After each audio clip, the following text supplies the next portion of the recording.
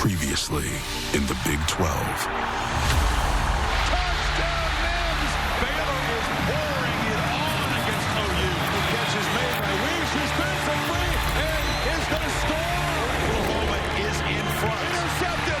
Massive comeback victory for Oklahoma. A historic comeback over a proud underdog. Now, 3 weeks later, an opportunity at redemption. Give them the very best of you. Or a repeat. Touchdown! From the teams that brought you the Big 12 Game of the Year. How did he do that? The highly anticipated rematch. 11 men dedicated to each other. With playoff hopes hanging in the balance. The Oklahoma Sooners, the Baylor Bears. In the Big 12 Championship. You're watching the 2019 Dr. Pepper Big 12 Championship game on ABC. From AT&T Stadium in Arlington, Texas, two 11-1 teams go head-to-head. It's 7th-ranked Baylor and number 6 Oklahoma for the conference title and perhaps a chance to play for the national championship as part of the 4-team college football playoff. Hi, everybody. Welcome. Sean McDonough along with Todd Blackledge. We'll be joined in just a moment by Holly Rowe. Delighted to have you with us for the start of a huge day of college football. Todd, anytime you play for a conference championship, it's a big game. But about 12 hours ago, this game got even bigger with Utah's loss in the Pac-12 title game. Well, absolutely. You know, Oklahoma was always going to be in that conversation at the end of the year in the playoff. Baylor might have been on the outside looking in. Not anymore. With that loss of Utah, if Georgia loses later on today to LSU, the winner of this game should and will get into the playoffs, I believe. Of course, Oklahoma looking for its 5th straight conference title. The quarterbacks change in Norman. Not much else does. For the 3rd year in a row, the Sooners leading the country in total offense, this time led by Jalen Hurts. Yeah, I think it's okay to officially dub Lincoln Riley an offensive guru because 3rd straight transfer quarterback, and all Jalen Hurts is doing is putting up the same kind of numbers as the guy before him.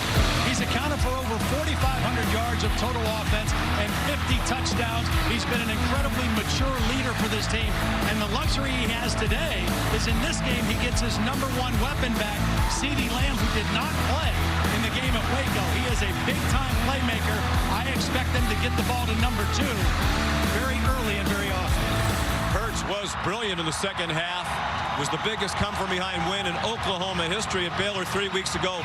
Baylor, outstanding defense. You don't say that a lot in the Big 12, but it's true of this team. Interesting matchup against Oklahoma. This is the stingiest defense in the Big 12, holding their opponents to 18.4 points per game. Also the greediest because they take the ball away more than ever. The strength is up front. Their defensive front, James Lynch, was the defensive player of the year. Great numbers, but the anchor is that guy that loadings up in the nose guard, Bravion Roy. Both those guys are a handful. 13th in the country in scoring defense are the Baylor Bears, who take the field. Their first appearance in the Big 12 championship game. They did win 2 conference titles earlier this decade when there was no title game. And Oklahoma. This is the 18th Big 12 title game. The Sooners making their 11th appearance. And they've won it 9 times. Baylor and Oklahoma, and the kickoff in just a moment.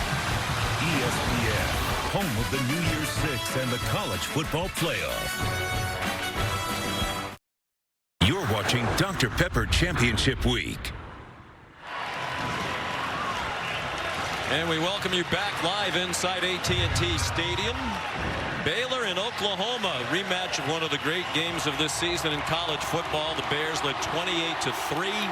At home in Waco, led 31-10 at the half. Did not score in the second half. Oklahoma rallied to win 34-31.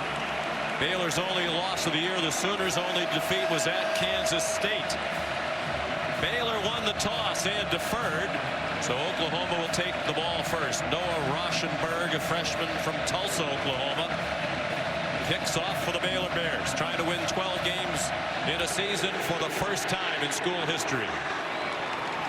Trey Brown lets it go, and it's a touchback. Down on the field, here's Holly Rowe. Oklahoma Oklahoma quarterback Jalen Hurts has had one of the most unique journeys in all of college football. He earned the starting job for Nick Saban as a true freshman, led them to 2 straight national championship appearances, but he was pulled in that second half against Georgia. Tua Tagovailoa came in and took over. He never regained his job, but he was there. He did not transfer, and when they needed him most, he came into the SEC championship game last year and saved the day. Alabama has been in 3 straight national championships because of Jalen Hurts in some way or fashion. And now today, new team, new moment, but he can still get to a college football playoff with a win today.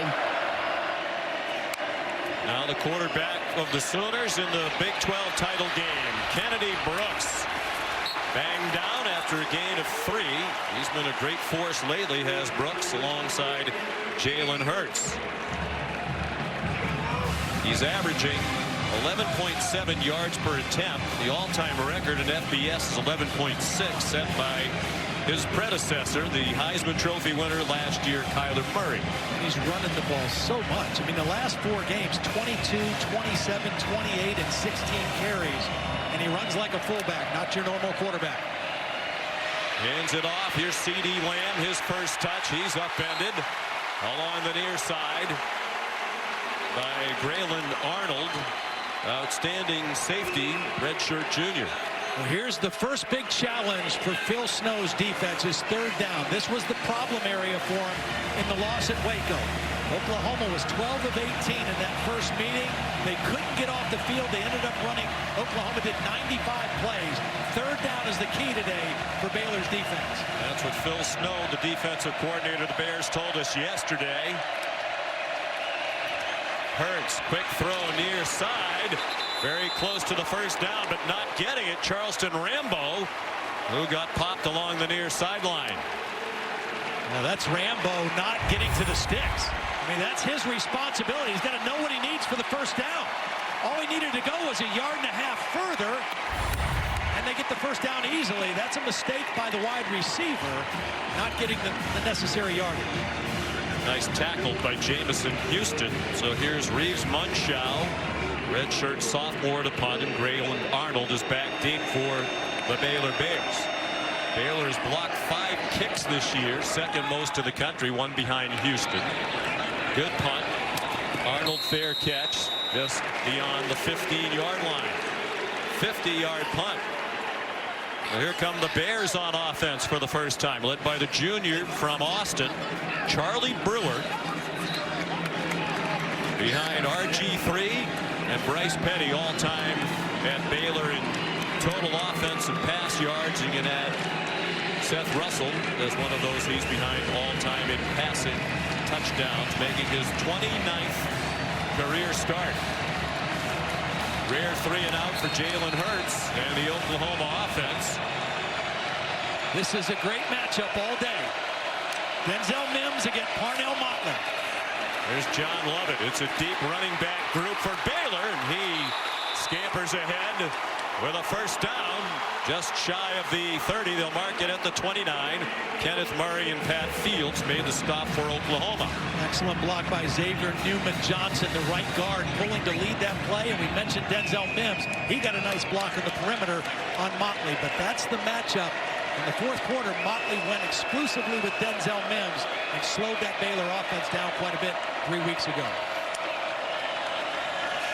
Brewer to pass, under pressure, spun around, and down he goes. Back at the 21-yard line. Ronnie Perkins, an emerging star, there first for Oklahoma with help from Nick Bonito. Well, Perkins is inside. He's normally outside. It's not a blitz. Brewer just had to hold the football a little longer than he wanted. Didn't see anything open up, and pretty soon Perkins came free inside. And he has really come on and been a disruptive force in this Oklahoma pass rush. Oklahoma defense much improved this year with a new coordinator, Alex Grinch. On 2nd and 17, short pass over the middle. Treston Ebner dropped at the 25-yard line. Still 14 yards short of the first down. Another tackle for Kenneth Murray, one of the best linebackers in the country. He was one of 12 semifinalists for the Butkus Award. You'll say his name a lot today. I mean, he has got elite speed. He makes plays sideline to sideline. He plays every down, never comes off the field. Also very involved in their pass rush in third down situations from the edge. That's where he looks like he's lined up on this play. And a big game at Baylor in their come-from-behind win on his 21st birthday. On third and long, lots of time for Brewer. Checks it down. Christoph Henley, the tight end, stopped at the 31. It's Kenneth Murray again with help from Nick Benito. And the Bears will punt on their first possession. There's Alex Grinch. Came over from Ohio State. It was one of the worst defensive teams in the country last year. They still managed to make it to the college football playoff. But they are much improved defensively in 2019. Isaac Power, the punter. C.D. Lamb, no fair catch. Managed to stay in bounds and bring it back to the 23. 49-yard punt. J.T. Woods made the tackle. No score. Aerial coverage provided by Goodyear, introducing the newest honorary member of the College Football Hall of Fame, the Goodyear Blimp. Goodyear, more driven. Roof closed at AT&T Stadium today.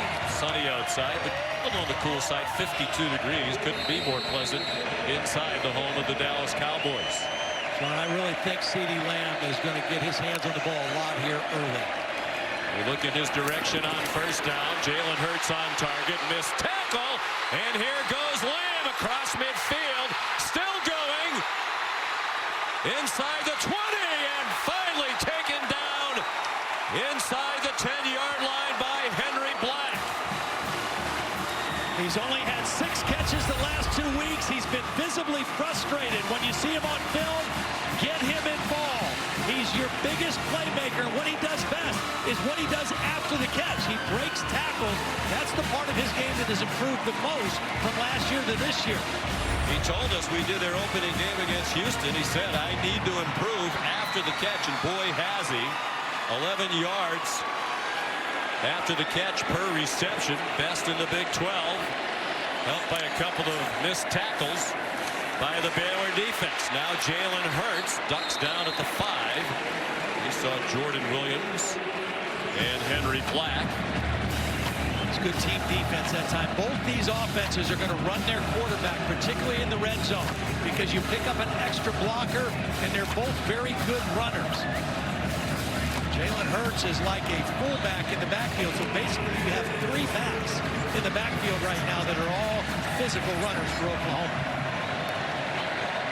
Hurts got them back into that game and pulled out the victory at Baylor with his legs. He carried 27 times. He handed it off here, and it's a touchdown for Kennedy Brooks.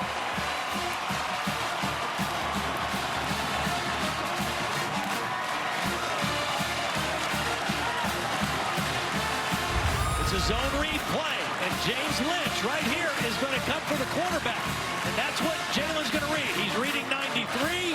He's coming for the quarterback. Give it to Kennedy Brooks. An easy touchdown for Oklahoma to start the game. Huge hole created by that offensive line that brought back just one starter from last year, the center, Creed Humphrey. And it's been an improving group as the season has progressed. Gabe Burkich added the extra point. The extra point made it 7-0. 6-yard touchdown run by Brooks, set up by the 71-yard catch and run by C.D. Lamb.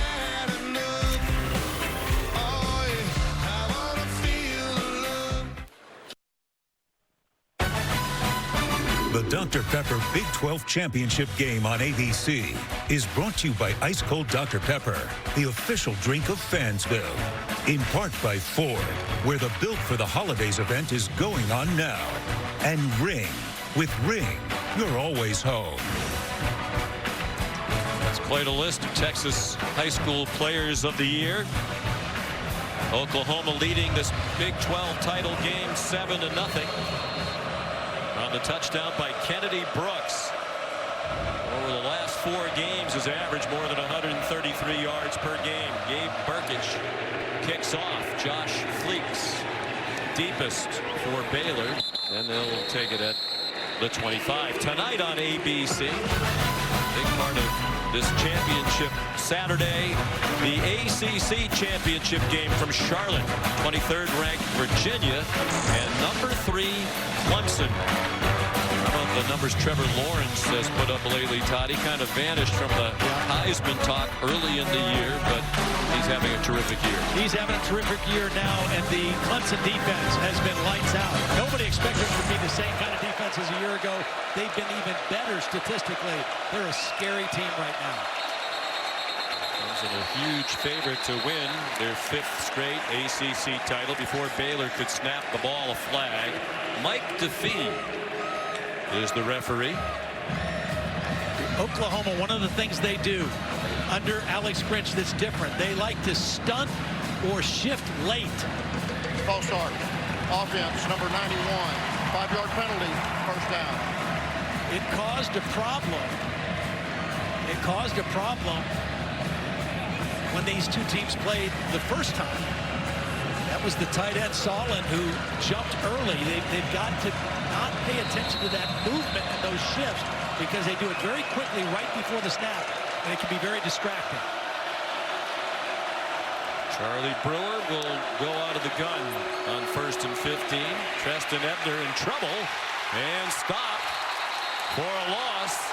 Nick Benito's had an active start to this one. Parnell Motley, the cornerback, also helped. I mentioned they brought in Alex Grinch. Last year, 114th in yards per game allowed. As we like to say, triple digits is not good when you're on defense. Triple digits and everything. Worst in the country in pass defense, 129th. And this year all the way up to 22nd in the country in pass defense. Remarkable improvement by Oklahoma. Reputation of this conference, they don't play any defense. They have this year. Here's Benito after Brewer, who escaped and runs out of bounds. Minimal gain. Got a couple up to the 21. But it'll be another 3rd down and long for Baylor. One of the things already that Oklahoma's doing different than the first matchup. Now the distance, down and distance, has something to do with it. They were almost exclusively press man-to-man the first game for the first 3 quarters. Because Baylor runs so many RPOs, a lot more zone already early in this ball game. Baylor scored on its first 5 possessions, 4 touchdowns and a field goal to score 31 points by halftime in that game in Waco against Oklahoma 3 weeks ago. Didn't score in the second half. Second possession here today. Another 3rd and long. Brewer incomplete. A little off target. Chris Platt went diving for it. Jaden Davis, a true freshman, had the coverage. Good coverage. It was a long throw all the way across the field. Pretty decent throw, but excellent coverage. We talked about C.D. Lamb getting involved offensively. Baylor's going to have to do the same thing with Denzel Mims. They've got to get him some touches with the football their next possession. There's Isaac Power to punt again. Redshirt freshman out of Castle Rock, Colorado. Not a good kick, although it takes a good bounce. And trouble for Lamb, who managed to gather it back in at the 39-yard line. One of the things Baylor's done the best all year is take the ball away. 28 takeaways. They're plus 12, which is one of the best in the country. A big part of their success this season.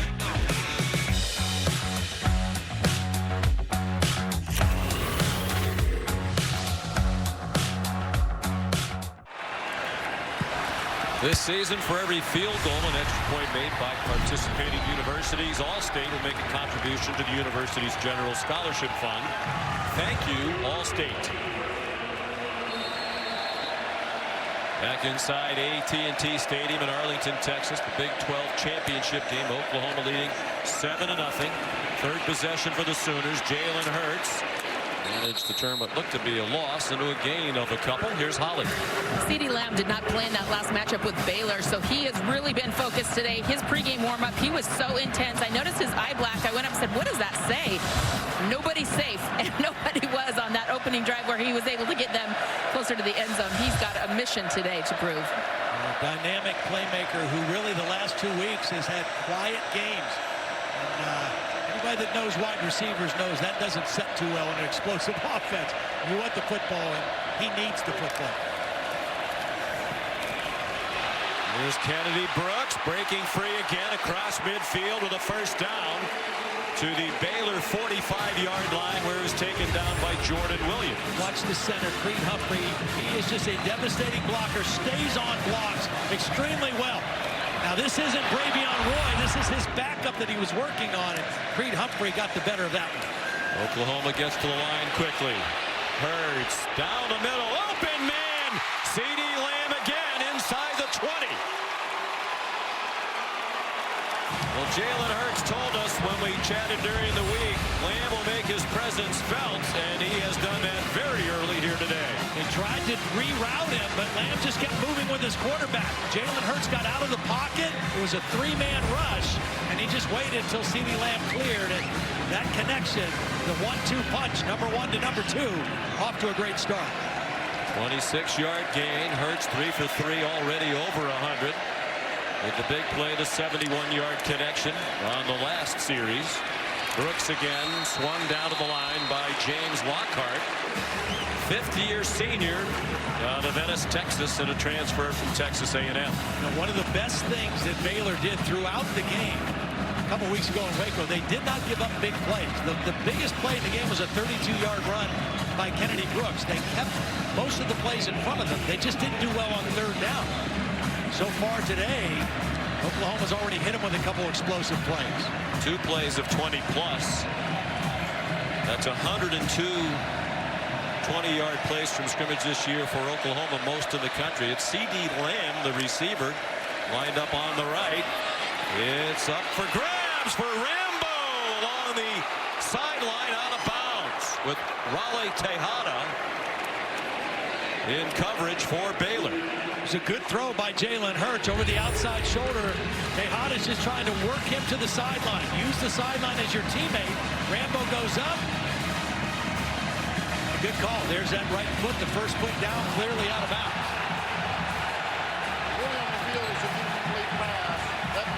Left foot in. Yeah, the left foot was in before the right foot.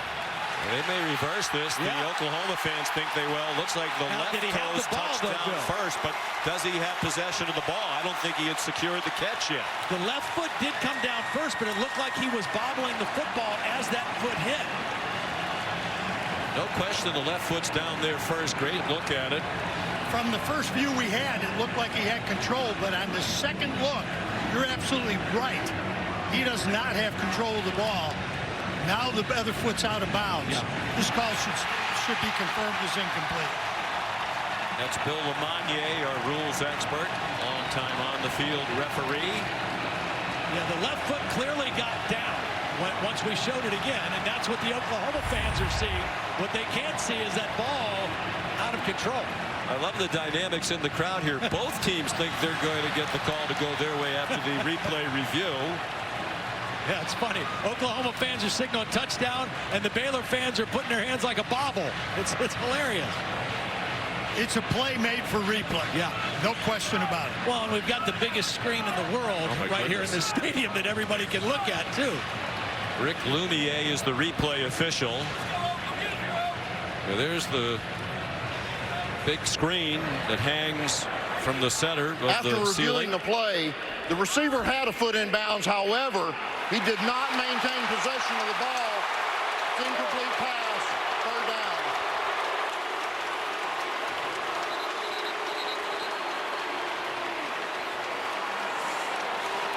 A great example of the process working with replay there. So the ball's still on the 19th, third down and 10. They are in field goal range for Gabe Burkich, but as you said, Todd, the key to their comeback in Waco 3 weeks ago for Oklahoma, success on third down.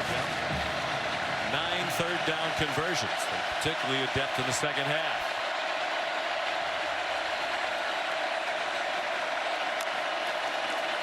Jalen Hurts, three-man rush, and they get there. James Lockhart first. All three of them there, Lynch and Roy.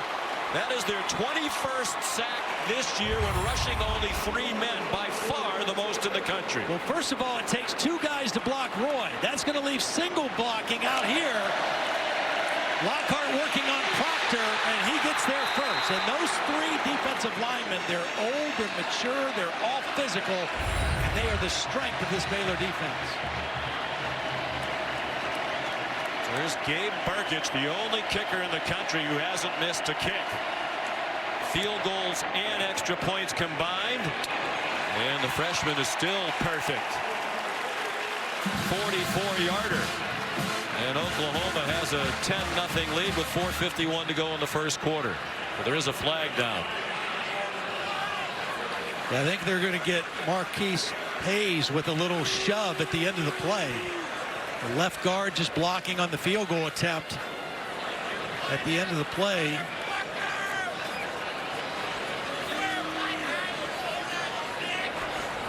The field goal was good. Well after the play, unsportsmanlike conduct on the kicking team, number 54. That 15-yard penalty being forced on the kickoff, that's number 54's first unsportsmanlike conduct foul. Timeout.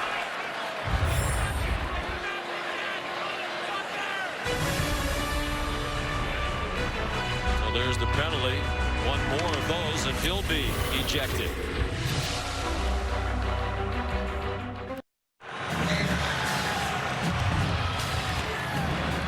Welcome back to the 2019 Dr. Pepper Big 12 Championship game. Oklahoma leading Baylor 10-0 as we continue Dr. Pepper Championship Week. Sean McDonough, Todd Blackledge, Holly Rowe, our producer Phil Dean, our director Scott Johnson, our terrific crew.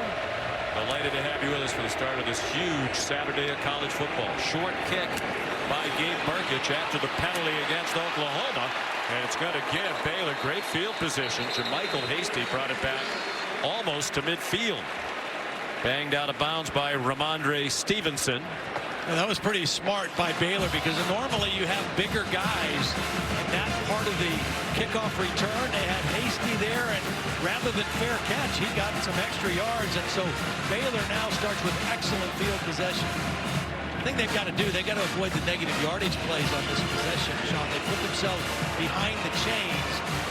This Oklahoma defense, we've already talked about how much better they are. They are very fast. They're a very fast, athletic defense that's playing with a lot of confidence right now. A.D. Miller, special teams player, backup wide receiver, helped off. Third possession for Baylor. They have one first down. Run a total of 7 plays. The 8th is Brewer on the run. He really hurt Oklahoma early in that game in Waco 3 weeks ago when the Bears built the 28-3 lead. A lot of quarterback draw from Brewer in that one. A lot of quarterback draw, and then also just him going off schedule and running against man coverage. There was gaps that were left in the defense, and he was able to capitalize on. John Lovett, the running back. He gets the call, and he gets stopped for a loss. Pat Fields up from the secondary. Now this is just excellent safety work. Pat Fields, he's going to come and set the edge on the defense right there. His main job is to turn it inside. That's his responsibility, but he does more than that. He actually gets him to the ground. All 3 Baylor possessions, Sean, there's been negative yardage plays by this Oklahoma defense. This is no way to play if you're Baylor. 3rd and long. 3rd and 10. That's a little better than their 3rd down average. A blitz from deep. And the throw is incomplete. Larry and Turner Yell came on the blitz. The pass intended for Tyquan Thornton. And it'll be 4th down and another Baylor punt. That was a heck of a blitz because Jermichael Hasty is their best pass protector. But watch this blitz take on the back. And this is a safety coming a full head of steam, runs right through the back and forces Brewer to leave the pocket. And then good coverage downfield by Trey Brown. Well, the Baylor folks thought it was pass interference against Brown. They might have had a point. Isaac Power the punt. C.D. Lamb the fair catch at the 16-yard line. Tomorrow, the exclusive reveal of the college football playoff matchups in the Chick-fil-A Peach Bowl, the PlayStation Fiesta Bowl. Those are the national semifinals, which we played on Saturday, December 28th. Reese and the guys will also unveil all the New Year's 6 bowl games and have the final top 25 rankings in a 4-hour special. It all starts at noon Eastern, 9 a.m. Pacific on ESPN and the ESPN app. Ohio State, #1 in the latest college football playoff rankings. They flip-flop with LSU. Clemson, #3. Georgia, 4. Most believe if Georgia wins tonight, the top 4 will remain the top 4. Jalen Hurts to CeeDee Lamb. And a gain of 2. And, of course, as you said, Todd, most believe if Georgia loses to LSU today in the SEC championship game in Atlanta, the winner of this game is likely to be in the college football playoff. Yeah, I mean, again, Oklahoma was always going to be in that conversation. If Utah won, if Utah lost. Baylor was the one, because of their non-conference schedule, that was a little bit more on the outside. But with Utah losing, and if Georgia loses, they're right in the mix. Hurts on 2nd and 8, got it off in traffic, and it's completed to Braden Willis out near the 35-yard line. He's been more of a target in recent weeks. It's a mistake by the Baylor defense. They let the tight end go. Nobody picked him up on the backside of that crossing route. Ross Matizik was in there as a linebacker, number 46. He was on the front side. He turned him over, but there was nobody on the other side. And Hurts able to find him for the completion.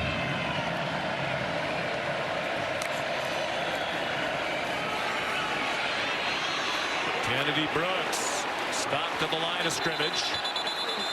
And let's check in back in the studio with Cassidy Hubbard.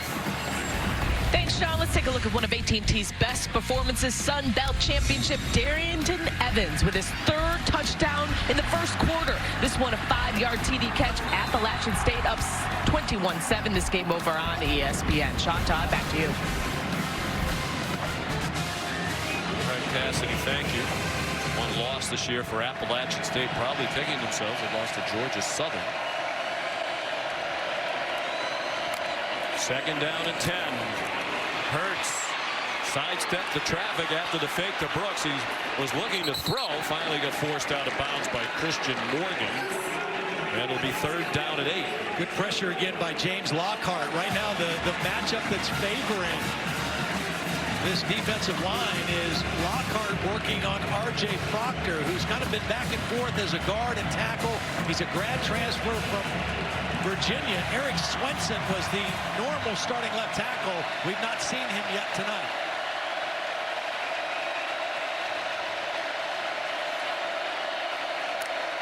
Well, Swenson doesn't look like he's going to play anytime soon. Brooks on the run, and they convert on 3rd and 8.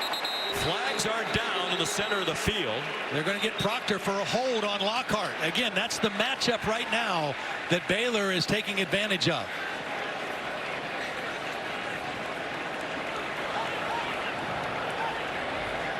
Holding. Offense, number 54.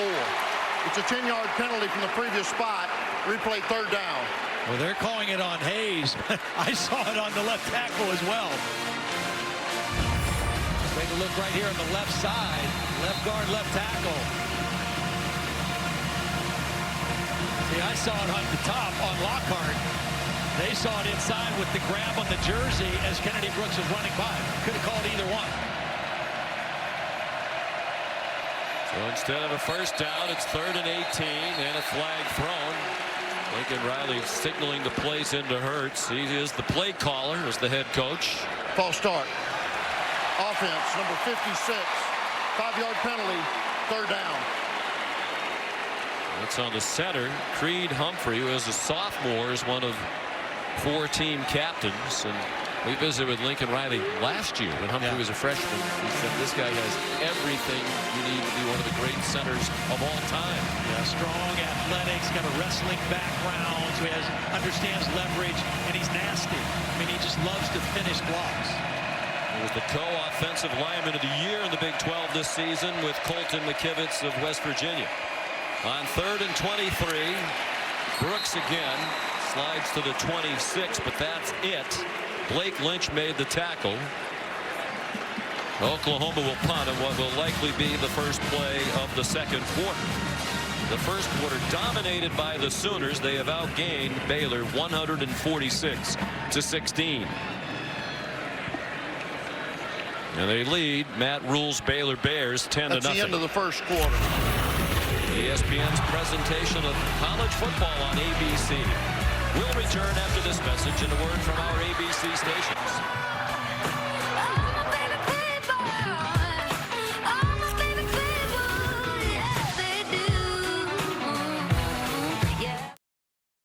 Sports Director Brian Keating on KOCO5 News.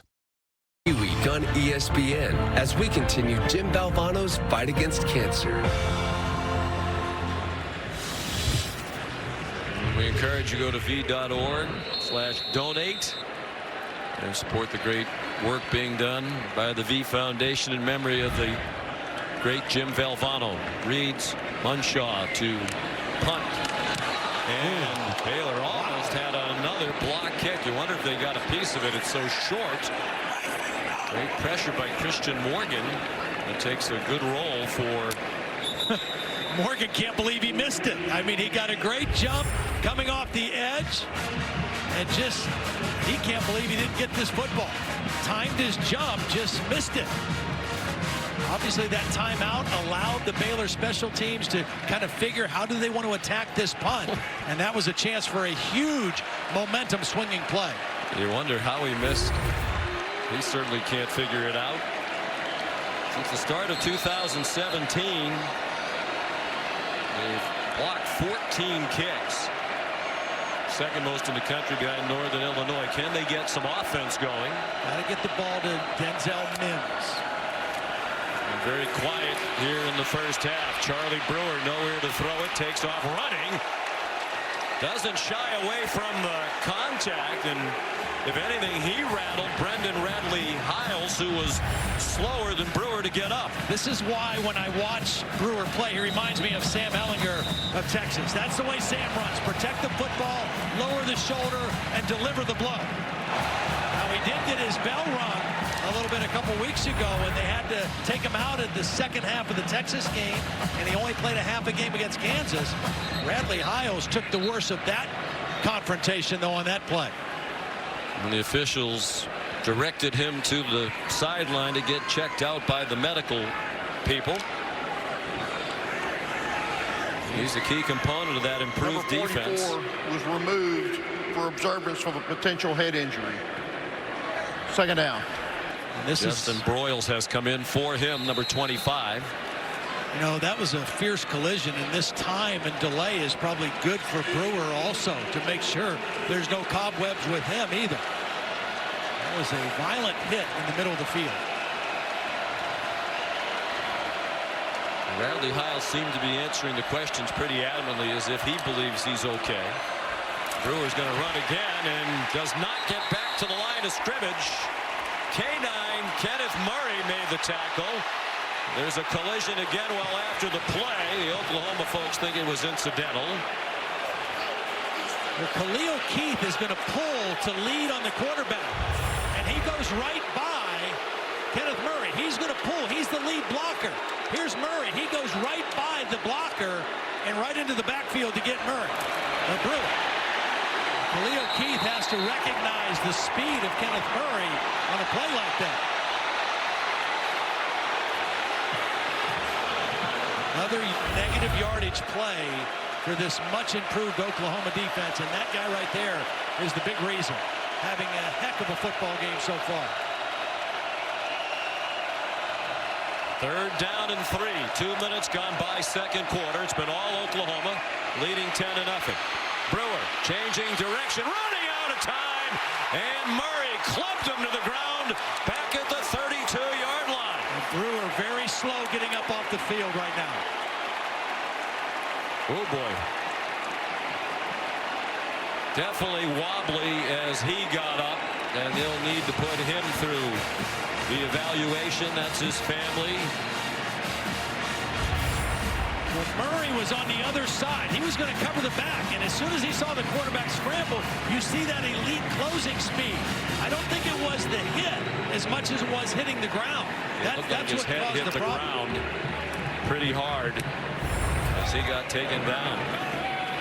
Isaac Power, and a fair catch of his punt by CeeDee Lamb at the 29-yard line.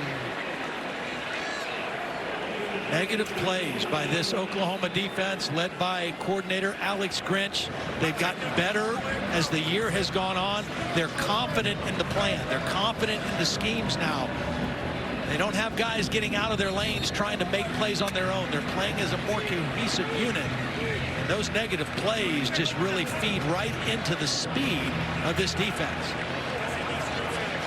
Kenneth Murray, by far the leader of that defense, the star of the defense. It's a lot of the same players as a year ago. With the new system, as much as anything else, Grinch said it was about changing the attitude. Jalen Hurts over the middle and incomplete at the 45-yard line. Big play by Chris Miller to knock it away from Lee Morris. Chris Miller, when we talked to Phil Snow, he said, I love the way this guy plays. He plays so fast. Now, sometimes he plays a little reckless. He had 3 targeting fouls called on him this season, but he plays with a chip on his shoulder, and he plays 100 miles an hour, and he made a big play there. Because of the 3 targeting calls, he was suspended for their game at TCU. Part of the veteran defense. They have only 1 underclassman starter on the defense. Kennedy Brooks across the 39 with a yard to spare to pick up the first down. At the 40. Creed Humphrey again in the right guard. Tyrese Robinson. It's a big offensive line. They took a while to gel. They lost 4 starters from a year ago. Playing their best football right now, particularly in the run blocking play. All 4 of those lost starters were drafted in the first 4 rounds of the NFL. Look out! Hurts hit from behind. Ball is loose, and it's picked up by Baylor.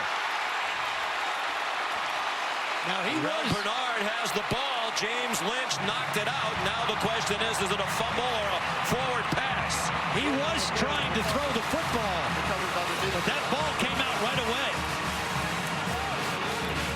Here the referee, Mike DeFee, say the ruling on the field, a fumble recovered by the defense. You can see Lynch winning his one-on-one against Ely. Jalen Hurts did not see the pressure coming. He was loading up to throw the football. Question is that a fumble? Let's bring in Bill Lamagna. You know, what they've got to look at is if the arm's going forward with control, doesn't matter sidearm, underarm, it's a pass. But that hit knocked the ball loose, and it was more of a push forward. So this is a fumble. Good call on the field, and it should be confirmed by replay. Yeah, I think you're right. And that's been the only negative with Jalen Hurts this year is the starter at Oklahoma is putting the ball on the ground. If this holds, that would be his 6th fumble of the season. 6th lost fumble. He's put it on the ground. More than that. It would be his 3rd against Baylor. He had 2 fumbles and an interception in the first half of their come-from-behind win in Waco. Charlie Brewer's back on the field. And he got a pat on the head there from Mike DeFee, who I think just wanted to make sure he's all right. We'll bring in Holly Rowe in just a moment, because it definitely looked like he was wobbly when he first got up from that big hit from Kenneth Murray in their last possession. Treston Ebner nowhere to go, and down for a 1-yard loss. Let's send you down to the field. Here's Holly. Charlie Brewer came off to the sideline, and athletic training staff asked him some questions, talked to him as he sat on the bench, gave him some hydration. Matt Rule came over, talked to him briefly, but everybody that asked him, he talked to, he said, I'm fine. I'm fine. He wanted to run right back out there. As soon as that fumble happened, he popped up, grabbed his helmet, and ran right back out. He's told everyone he's okay. Brennan Radley-Hiles has also returned to the Oklahoma defense. Mims again. Got to get him the football. Short set by Brewer and a short completion to R.J. Sneed. You know, you just feel like Baylor has to take advantage of this. The turnover, the field position. They've got to find a way to get some points on the board. Oklahoma offense is so explosive. You've got to capitalize when you turn them over. 29th takeaway for the Baylor defense. 5th in the nation. in turnover margin, now at plus 13. Only FAU, Alabama, San Diego State, and Notre Dame better in turnover margin than these Baylor Bears, who were 1-11 2 seasons ago, now 11-1, trying to win the conference title. Brewer down the middle, short of his intended target, Josh Fleeks.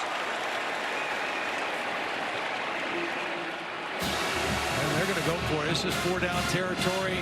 That time they had Mims working on a different defender. Nope, they changed their mind. They had him on Trey Brown, and they might have been able to get him the football there. Charlie Brewer was going for the deep throw downfield, and I think that's what Matt Rhule's telling him. They had the first down if he throws the ball to Mims. There's John Mayers, made a lot of clutch kicks as a redshirt freshman. 13 out of 16 this season. They've won several close games, and Mayers has been a big factor in those wins. And that one just sneaks inside the right upright from 44 yards. So it's a one-score game. The Sooners up 10-3.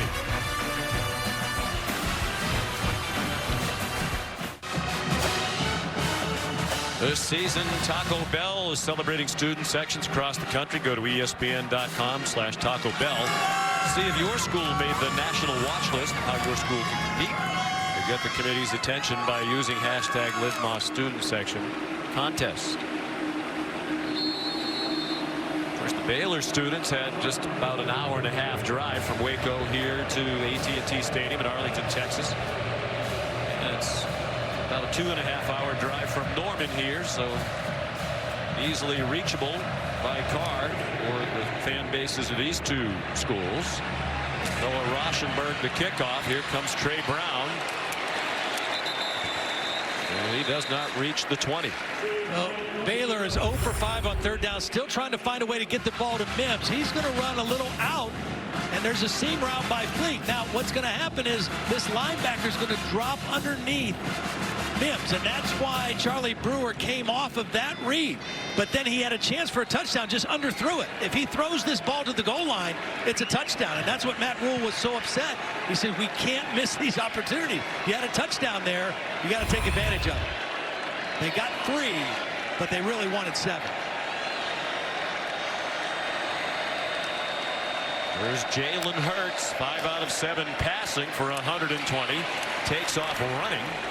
He's averaged 101 yards per game rushing this year for Oklahoma, and he got 6 on that carry.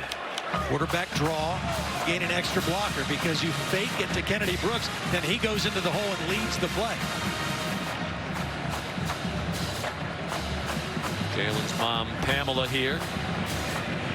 Remarkable what has transpired in 1 year for Jalen Hurts. As Holly mentioned, he came off the bench with Alabama down in the SEC title game against Georgia by a touchdown in the fourth quarter. He led them to 2 touchdowns to win the game. Ravion Roy swings down Kennedy Brooks. Wow, what a play by Roy. He's working against Creed Humphrey. But watch how quick this 6'1", 333-pound guy is. He gets skinny. He goes right between the center of the guard into the backfield. He is the anchor of this Baylor defense. He is a handful because of his quickness and power. Perhaps now some chance for momentum for Baylor. Neither team has converted a third down. Oklahoma's been better on the first 2 downs. Hurts trying to set up the block, and he patiently weaved his way near a first down. Now the head linesman John Braun is going to bring the ball back a little bit, but it looks like he has it on or beyond that yellow line and likely to be a first down. Such a physical player. I mean, he runs like a fullback. You know, he's a 218, 220-pound kid, and he's not going to slide very often, especially when he knows he's trying to fight for a first down. And I think that he lowered that head and got what he needed. We talk about his journey. He decided to transfer to Oklahoma. He graduated in 3 years with a degree in public relations from Alabama. Chose Oklahoma. You mentioned Baker Mayfield transferred in, Kyler Murray transferred in, but they were in the program a lot longer than Jalen Hurts was. Lincoln Riley said, "Would you think he had to learn a new system, learn his way around a new school, new teammates?" And a whole new offensive line. You know, I mean, 4 new starters on the offensive line. everything, new opponents, you know, how you prepare for the teams you're playing, how they officiate in the Big 12, everything new. And yet his numbers have just been on par and on pace, and in some cases just flat out better. Of course, each of his two predecessors at Oklahoma won the Heisman Trophy and were the #1 overall pick in the NFL draft. And through 12 games, Jalen's numbers in many ways better. And of course, today not only an important day for many teams trying to position themselves, including Oklahoma, with an eye toward the playoff, but for a number of players trying to finish off their resumes with an eye toward the Heisman Trophy. A little screen to C.D. Lamb, and he got walloped at the 36-yard line. Certainly Jalen Hurts is in the Heisman Trophy conversation. The voters have to have their ballots in by Monday, so this is the last chance to make an impression. Well, those tough guys playing in championship games today or tonight. You know, so the last big stage for all these guys. Joe Burrow seems to be the front runner, but who knows? Of course, there are 3 Heisman contenders on that Ohio State team that will play Wisconsin tonight for the Big Ten title. Kennedy Brooks weaved his way to the 42 for an Oklahoma first down. They're the leading contenders among the quarterbacks for the Heisman, and I think most people think right now Joe Burrow is the likeliest winner. The most amazing thing to me about that, the numbers are ridiculous for all 3. All 3 transferred from the school they started at to a new school, and in this year having those kind of years. I mean, Joe Burrow's been at LSU 2 years. Jalen Hurts and Justin Fields is their first season with a new team. Unbelievable. More than midway through the second quarter now. Hurts takes off. The Baylor fans want a holding penalty. And Hurts scurried out of bounds with a gain of about 5 to the 47-yard line. Jalen wanted to load up and go deep that time, and there was good coverage down the field. Matt Rule wanted a hold. James Lynch was being held on his way to the quarterback. R.J. Proctor, the left tackle, did not get called. When Matt Rule starts to get real animated and excited, it's usually when his dad tries to get a little close to him to help calm him down. He's on the sideline with him. His dad is a minister. There he is right there. Dennis. Rule. False start. Offense number 56. 5-yard penalty. Second down. He said, Matt told us, I notice when I get more agitated with referees and my language starts to change, that's generally when my dad gets closer to me along the sideline. He doesn't say anything, it just gets in his vision where he can see him. That's all it takes. Well, Dennis raised quite a son, Matt Rule, about as likable a college football coach as you'll ever come across. Very honest. He told a lot of these recruits when he first got to Baylor, I don't know what the future is going to be, but we're going to win eventually. Ramondre Stevenson dropped for a loss. Really nice play by Blake Lynch. Blake Lynch was the outside linebacker setting the edge of the defense. When you say that, that means you've got to keep your outside arm free and not let anything get outside. You've got to force everything back inside. He was able to do that. And that's why they get another negative yardage play on second down. Bernard in on the play as well.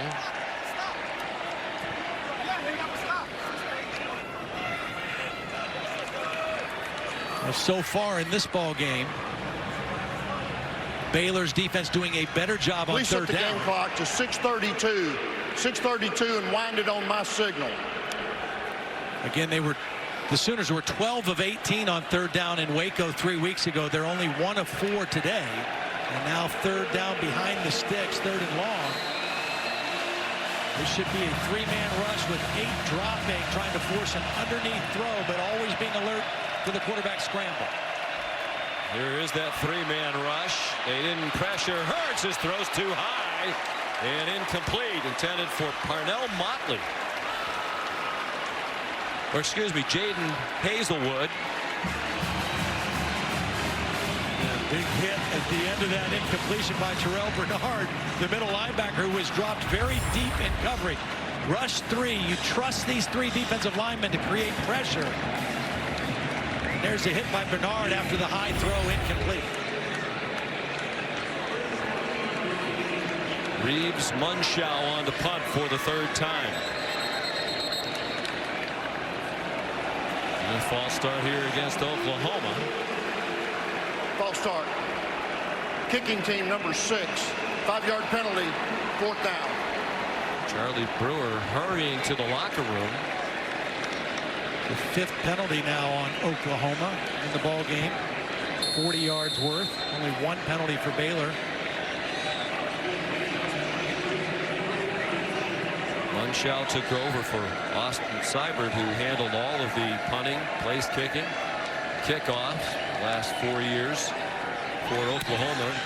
This was a question mark at the start of the year, but Munchau's been phenomenal in the word of Lincoln Riley.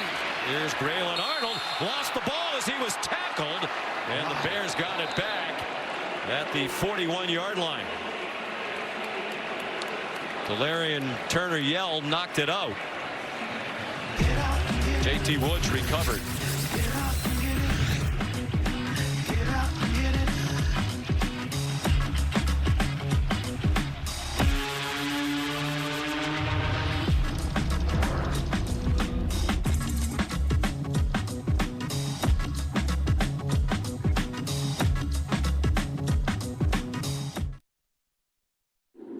Dr. Pepper Big 12 Championship game on ABC is brought to you by Ice Cold Dr. Pepper, the official drink of Fansville, and in part by Pacific Life, 150 years strong, protection and retirement solutions for your future. We welcome you back to Arlington, Texas, the Dr. Pepper Big 12 Championship game. Oklahoma leading 10-3. Baylor very much in the game, despite the fact they have 19 yards of offense, and they have a new quarterback. Here's Gary Bohannon, redshirt freshman from Earl, Arkansas.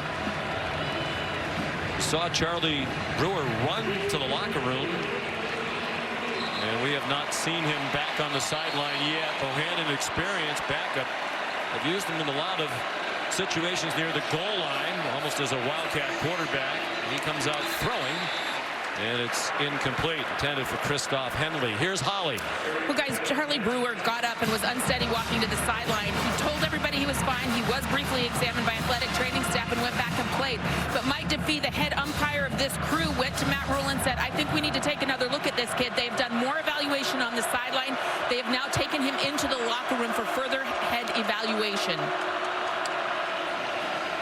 All right, Holly, thanks. That's smart. I mean, it's definitely smart to be safe in this case. Especially given that he was clearly staggering when he got up off the field. Here's Bohannon, as he mentioned, he's a good runner, and he's powerfully built. He made a mistake there. He ran out of bounds a yard short of the line to make. Rather than try to get that extra yard and get the first down. He's 6'3", 221 pounds. Yeah, I get running out of bounds and protecting your body when you can, but he's got to get that first down. Now, the good news for Baylor, he played half the game last week against Kansas and almost the entire 4th quarter against Texas. So he's played in some critical moments, particularly in that Texas game. Hands it off. Good hole for John Lovett. And a first down. Will they give him that extra yardage? It appears they will. They're going to mark it at the 41, so he wasn't down on the original contact. Really nice block by Connor Galvin. Watch number 76, the left tackle, just collapse this side of the Oklahoma defense. That time they caught Oklahoma in a late stunt, and it played into their favor. Oklahoma doing a lot of movement with their front. It's been effective. That time it hurt them.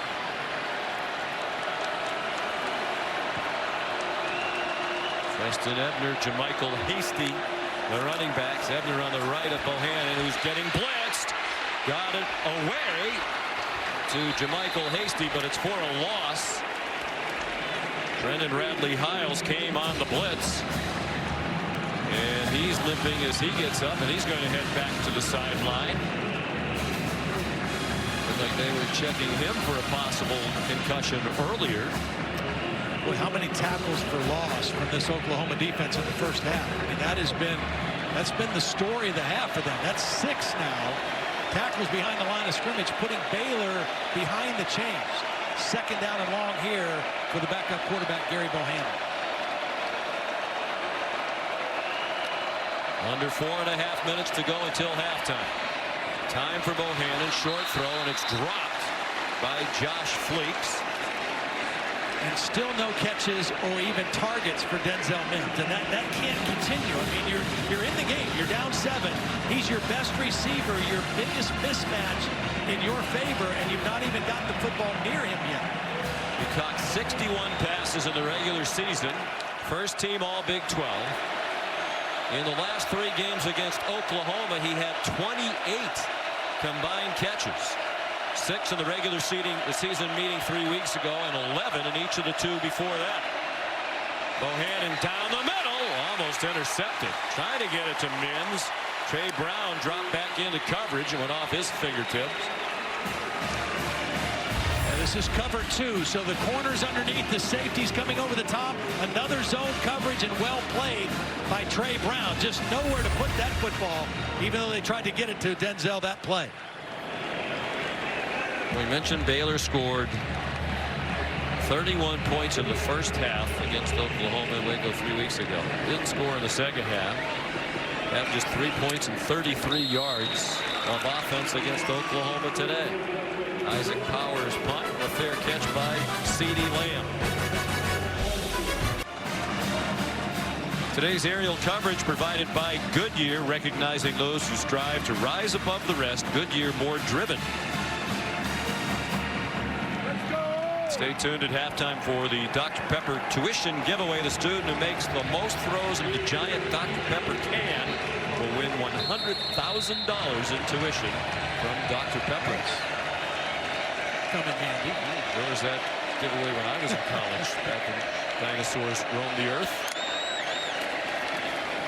After a fast start, a stagnant offense lately for Oklahoma, and that continues as Jalen Hurts throws an interception.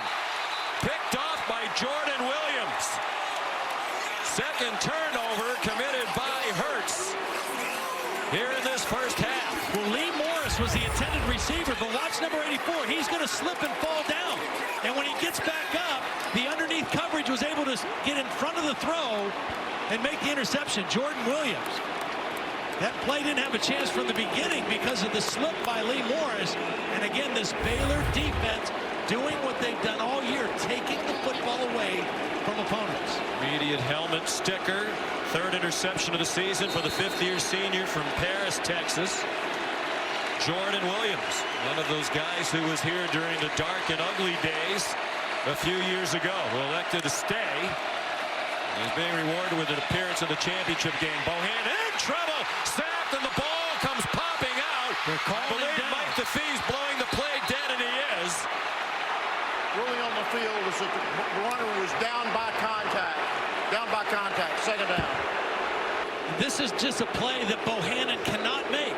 You get the turnover. You've got great field position. Throw the football away. Look how loose he is with the football, too. I mean, he's very lucky that they're going to call this down. But even that, you can't take a loss of yardage play in this situation. You've got momentum. You've got field position. You've got your second turnover. And now another negative yardage play in your second and long. Can't do that. Which takes them back to the edge of field goal range. Still no sign of Charlie Brewer. So the backup, Gary Bohannon, continues. That pass over the middle, batted down by Kenneth Murray. Trying to get the ball to Denzel Mims. He was going to be open against the zone defense. Bohannon just didn't put enough air under it. And the ever-present Kenneth Murray able to get a hand on it. The negative yardage plays is the difference in this ballgame. It's a one-score game at 7-3. Both defenses have settled in. But 7 negative yardage plays for Oklahoma. The difference in the ballgame. Now you got to just get back into good field position for a field goal kick. Half this yardage to get in field goal range. Well, 23 yards of offense. If they can get into the locker room within 4, that's a win for Baylor. They want more than that. To the end zone. Touchdown, Baylor Bears. Tyquan Thornton.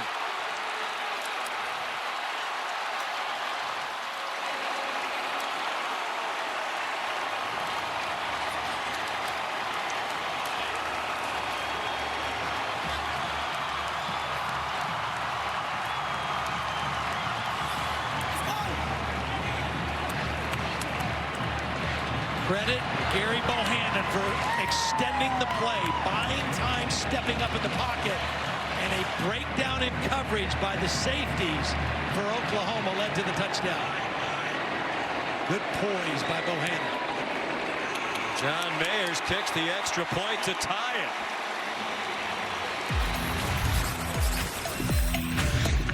All 10 Baylor points have come off turnovers, 2 of them by Jalen Hurts, a lost fumble and an interception.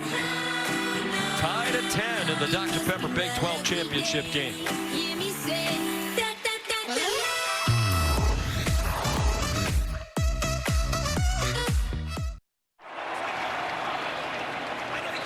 Tyquan Thornton, the touchdown catch.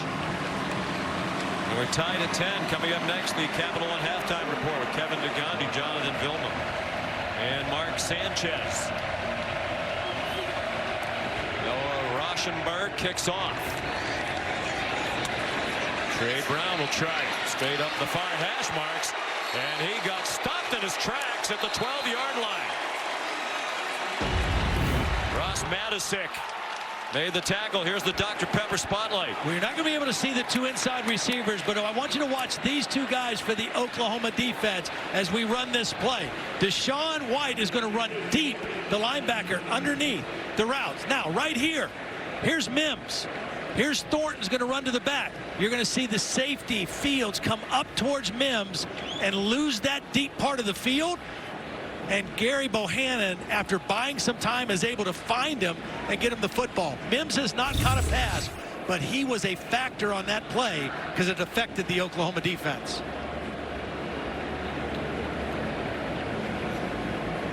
There's an injured Sooner on the field. It's Trey Brown. We'll be right back. Just as Jalen Hurts wound up to throw, on the throw that wound up being the interception, we're saying the offense has gotten stagnant for Oklahoma, and boy has it. Sharp out of the gate. First 3 drives 121 yards. Last 4 drives 25 yards and the 2 turnovers that have led to all 10 Baylor points. Here's Hurts surging ahead for about 8. Still plenty of time left. 2:45 and 3 timeouts left for each team. The one thing that Baylor does with this 3-man front that I don't think I've seen anybody do this year, at least in games we've covered. Those 3 guys up front, a lot of times they'll all be standing up. They'll have 11 players in a 2-point stance. Nobody with their hand on the ground, kind of moving around, showing different looks. Not all the time, but occasionally you'll see all 11 guys in a stand-up position. Gini Obanaya, as you saw, just came in for Bravion Roy. And there's the sack from James Lynch. One of the 5 finalists for the Ted Hendricks Award as the best defensive end in the country. Just named the Big 12 Defensive Player of the Year earlier this week. Well, he just does a great job of using leverage, getting low, lowering that shoulder underneath Adrian Ely, the right tackle, and then using that power to get to the quarterback. He's a powerful guy, but Phil Snow said he's got a lot of finesse to him, too. That was a finesse move on that rush. He was the first recruit Matt Rule went to see when he became the head coach of the Baylor Bears. With the program in disarray in Waco. They rush 3 again on 3rd down and 9, and still Hurts forced to move. Now help comes on the rush, and he has to throw it away. And it was Lynch again. It's a 3-man rush. You think, well, we have 5 blockers. We should be okay. First, Lockhart is going to force Hurts to feel uncomfortable. So he leaves the pocket, and there's Lynch to chase him and not allow him to square his hips to make an accurate throw, and he has to throw the football away. This defensive front for Baylor is the strength of the team. He's the all-time sack leader at Baylor. There's Reeves Munchau on the punt. For as bad as it's been on offense for the Bears here in the first half, they have an excellent chance to grab the lead before halftime. Braylon Arnold, the fair catch of a 39-yard punt. Here's Holly.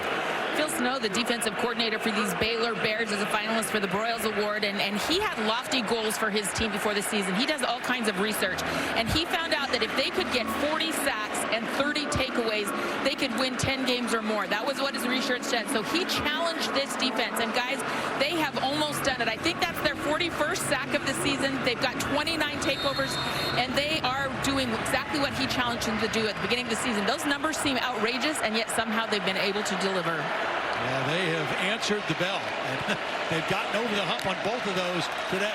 No Trey Brown at cornerback, injured on the last kickoff return. Gary Bohannon, we mentioned he's an adept runner. He got to the Oklahoma 45-yard line. It's the freshman Jaden Davis, number 4, in at cornerback now, far side of the field. Went with a quick snap. Oklahoma was not ready. They lined up quick, went quarterback sneak to get the first down. Right now, Baylor's got the momentum. They've got 3 timeouts, a minute left. They're going to get the ball to start the third quarter. Can you imagine if they could go into the locker room leading the way this game started? They have 69 yards of offense. Now 70 as the official stats monitor is updated. Plenty of time for Bohannon. Throws it into a crowd. That had no chance. That time perhaps trying to force it into Mims to get him involved in the action. See, I think it's hard throwing it to him down the field. I think they've got to throw a tunnel screen to him or get it to him on a reverse, something where he can touch the football, because right now down the field, Parnell Motley is kind of owning it. He's doing a great job, and he's taking on that challenge of covering the best receiver. 44 seconds to go in the half. The game tied at 10. The Big 12 championship game. Bohannon pulls it down and gets pulled down. Good tackle by Jalen Redden. Talented redshirt freshman. He's been questionable all week with an undisclosed medical issue. It's not related to Baylor takes his first time out of the half in the past.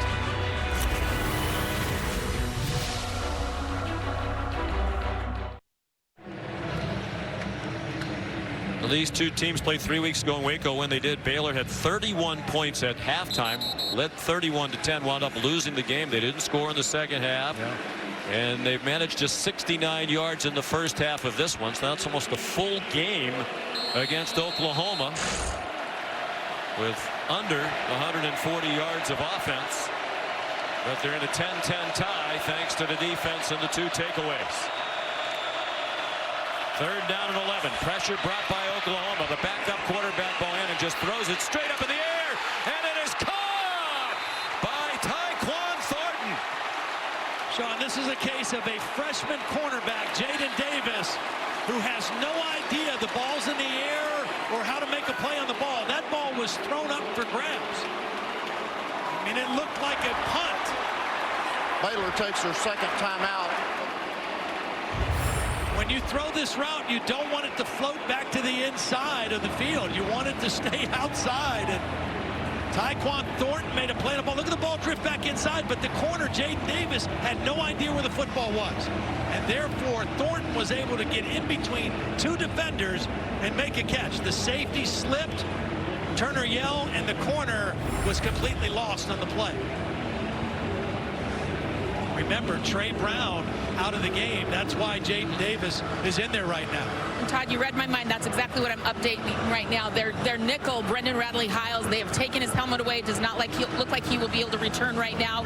And then also Trey Brown is still out being evaluated. So 2 secondary members down, and it showed up on that last play for Oklahoma. Yeah, and a couple freshmen have to play. I mean, Jaden Davis is a freshman corner. Jeremiah Cradell is the freshman nickel who takes Radley-Hiles play. So 2 freshmen in the secondary right now in a very difficult situation for the Sooners. First and 10 at the 11. 1 timeout left in the half now for Baylor. Dominated for much of the half, but poised to take the lead. Can't take a sack. Bohannon. Can't take a sack. Boy. He has made some plays that have not looked very pretty, but they've been effective, and that time it was effective just to get the ball away. You're in a good situation here to take the lead at the end of the half. You got 23 seconds, you're in field goal range, and you've got that 1 timeout in your back pocket, which you want to try to save so you don't have to run your field goal kicking team out in a hurry-up situation. It was 3 for 9, but he threw the touchdown pass to Thornton. His second career touchdown pass. He's a redshirt freshman. 2nd and 10. Play fake to the end zone. Broken up. Intended for R.J. Sneed. And Delarian Turner-Yell had coverage. Great play by Turner-Yell. I mean, that was a good throw, and I thought it was going to be a touchdown. It's single coverage. There's a blitz coming from the secondary, and a beautiful play by Turner-Yell getting a hand around and knocking the ball out. Good news for Oklahoma. Trey Brown is back on the field. Starting cornerback. He had the signature play of their win in this Big 12 title game last year against Texas. A corner blitz. Sam Ellinger never saw him coming. Resulted in a safety. Mims on Motley up here in the top. Bohannon looks in that direction, throws it too deep. Out of the back of the end zone. And they'll send the field goal team on to try to take the lead for the first time with 12 seconds to go in the first half. Really good situational defense by the Sooners that time. They had their backs against the wall. They gave up the big play, and then they buckled down in the red zone. Got a nice play by Turner-Yell on second down, and then Motley doing his thing on third down to force a field goal instead of giving up a touchdown. Now the redshirt freshman Mayers, who connected earlier from 44. This is the 28-yarder for the lead. And what a year he has had. And what a season Baylor has had. They have the lead with just 98 yards of offense. Sean McDonough, Todd Blackledge, Holly Rowe back in Arlington, Texas, AT&T Stadium. The Baylor Bears, the first Power 5 program to win 11 games within 2 seasons of losing 11 games. Trying to win 12 games in a season for the first time in school history under Matt Rule. But you have to think Todd will get a lot of votes for the National Coach of the Year with the turnaround job he has had. Inherited a program trying to dig out of an extended period of scandal. Boy, if they dug out of that a lot faster than most thought was possible. Charleston Rambo back for this kickoff after Brown was injured on the kickoff return not long ago. Rambo made it to the 28. And meanwhile, Charlie Brewer, the starting quarterback for Baylor, wobbly as he got up from this hit from Kenneth Murray, actually came back into the game briefly. They took a look at him on the sideline. They thought he was okay to go back in. Mike DeFee checked on him. He continued to stay in. Kicking team number 6. And DeFee told the sideline, apparently, as Holly reported, that Brewer had to go for more evaluation. We haven't seen him since. And that's the biggest story of the second half. Once we find out what the deal is with Charlie Brewer, that will dictate how Baylor tries to play.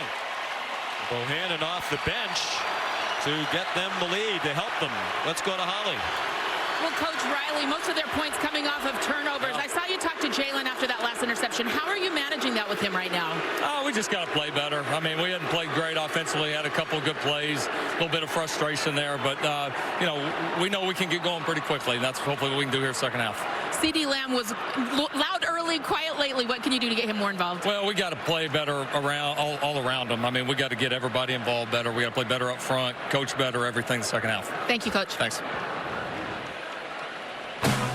At halftime, this Dr. Pepper Big 12 championship game, Baylor leads Oklahoma 13-10. Back to the studio for the halftime report after these messages. Welcome back to Dr. Pepper Championship Week. The Oklahoma Sooners, the Baylor Bears, in the Big 12 championship. Under pressure, spun around, and down he goes. Here goes Lamb across midfield, still going inside the 20. He handed it off here, and it's a touchdown for Kennedy Brooks. Picked off by Jordan Williams. Baylor, they want more than that. To the end zone. Touchdown, Baylor Bears. You're watching the 2019 Dr. Pepper Big 12 Championship game on ABC from AT&T Stadium in Arlington, Texas. Strange first half in many ways. Baylor leads 13-10 despite just 98 yards of offense. Oklahoma got off to a strong start, then the offense sputtered. They committed 2 turnovers, which gave Baylor the chance to take the lead. Baylor will get the ball first. to begin the second half. Gabe Burkich, the redshirt freshman, kicks off. And it's a touchback. A moment ago, Holly Rowe with Matt Rule. Well, Coach, what do you know about the status of your quarterback, Charlie Brewer? He's out. I think they're going to evaluate him and just make sure he's okay. So err on the side of caution, so he'll be out for the rest of the game. Okay, so do you stay with Gary Bohannon? I know he's got good experience. Yeah, he got banged up last week, didn't have a chance to practice a lot. I'm really proud of the way he's played so far. And Jacob Zeno's right there behind him. And you know what? I have a lot of confidence in those guys. Gary's taking us to 2 scoring drives, so we'll just keep letting it roll. Thank you, Coach. Thank you. Well, whoever's playing quarterback, they got to figure out a way to be better on first down. They only averaged minus 0.3 yards per play on first down. And right on cue, Josh Fleek's dropped for a loss by Larian Turner-Yell.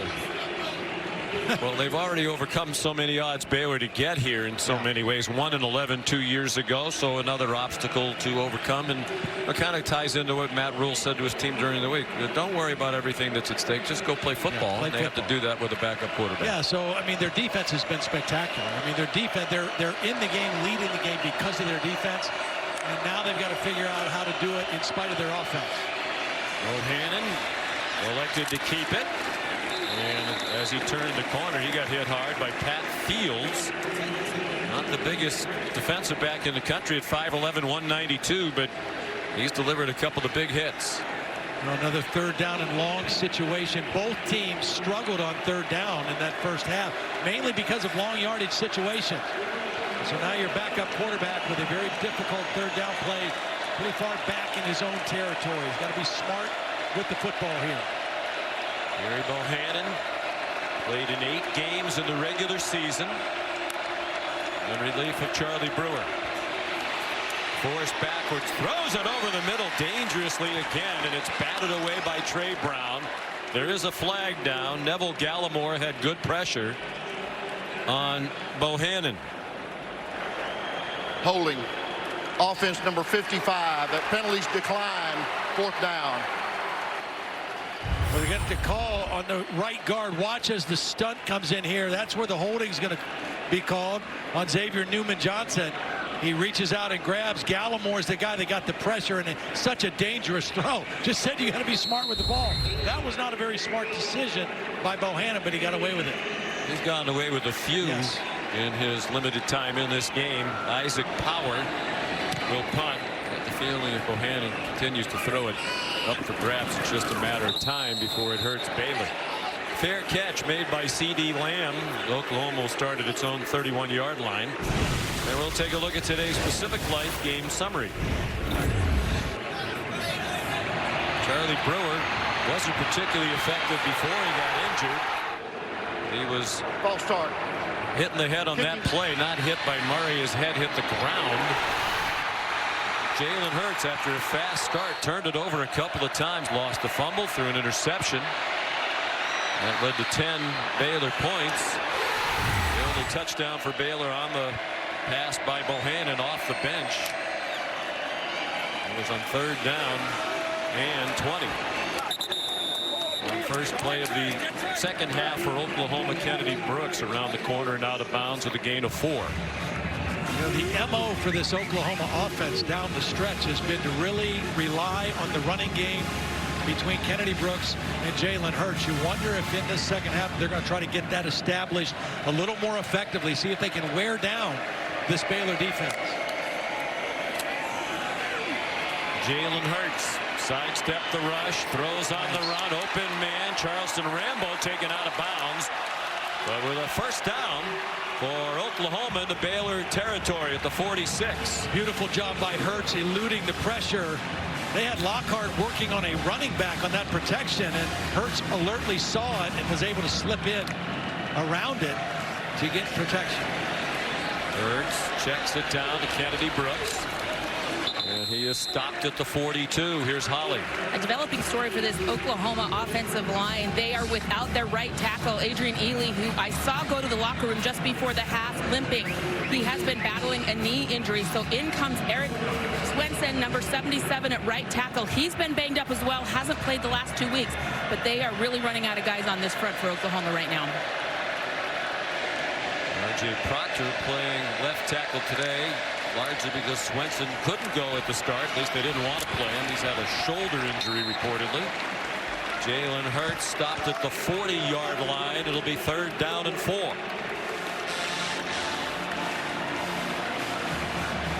Another 3rd down play. Again, both teams struggling on 3rd down. Baylor 3 of 11. Oklahoma 1 for 6 so far in the ball game. And that was the one area Phil Snow said we have to be better. So far they have been. Only Ohio State, Air Force, and Alabama better on 3rd down all year than Oklahoma. They convert on this one. Dumped off to Austin Stogner. And that's a 1st down inside the 30-yard line at the 28. Beautiful design, different formation. They're going to slip Stogner right out this way. They're going to play fake, show run, and slip the backside running back out. And it kind of fooled the Baylor defense. Excellent design on that 3rd down play by Lincoln Riley. Stogner, true freshman from just up the road in Plano, Texas. Very highly recruited. Top 100 recruit in the country. Jalen Hurts back across the line of scrimmage. Baylor defense has done a lot of things well. And one of them has stopped the run from Jalen Hurts now. That's 12 rushes for 8 yards. Yeah, I mean, he ran all over him that first time. 27 carries, 114 yards. He threw the ball really well and really was the difference in the ball game, particularly in the second half. Phil Snow, the defensive coordinator, been around, 63 years old, California native. Was with Matt Rule at Temple. Like most of the staff came with Coach Rule from Philadelphia to Waco. Did an unbelievable job building up the Temple program. And they've done the same sort of work here at Baylor. Nifty run, Ramondre Stevenson, the junior college transfer. Down to the 14-yard line, and Oklahoma's on the move. Watch the center again, Creed Humphrey. Little zone play. Watch him get to the next level. Get the block on the inside linebacker, Bernard. Sizes him up, squares him up. And Stevenson runs right behind that block.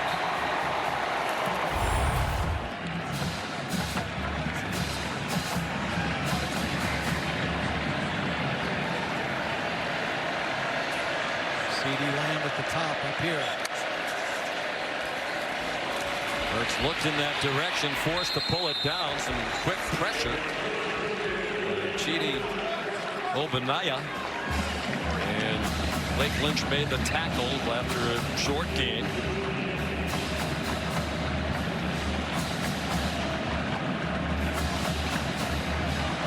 Wiley was reporting on the changes with that offensive line. Bill Beatonbow is one of the best offensive line coaches in all of college football. Last year, this offensive line won the Joe Moore Award, outstanding, and he's had to kind of piece it together all season. Hurts takes off and gets stopped at the 10. The ball squirts out, but I believe the official on the near sideline is calling it down. The line judge, Frank LeBlanc. Bruno feels that the runner was down prior to the ball coming out. It kind of looked like his left knee was down before it came out, but again, the only negative trend, actually, his arm was down as well. But putting the ball on the ground, just for Jalen Hurts, that's just been too much this year. Had a brilliant year, but that has been the Achilles heel for him so far. Come in spurts, as we've seen today. He's turned it over 5 times in the 2 games against Baylor. Lofts it up, but there are whistles stopping the play.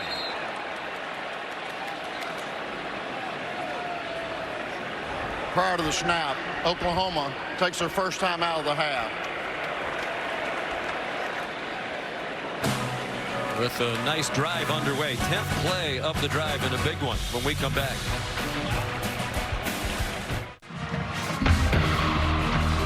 Joined Join ESPN and the V Foundation in the fight against cancer. Visit v.org/donate.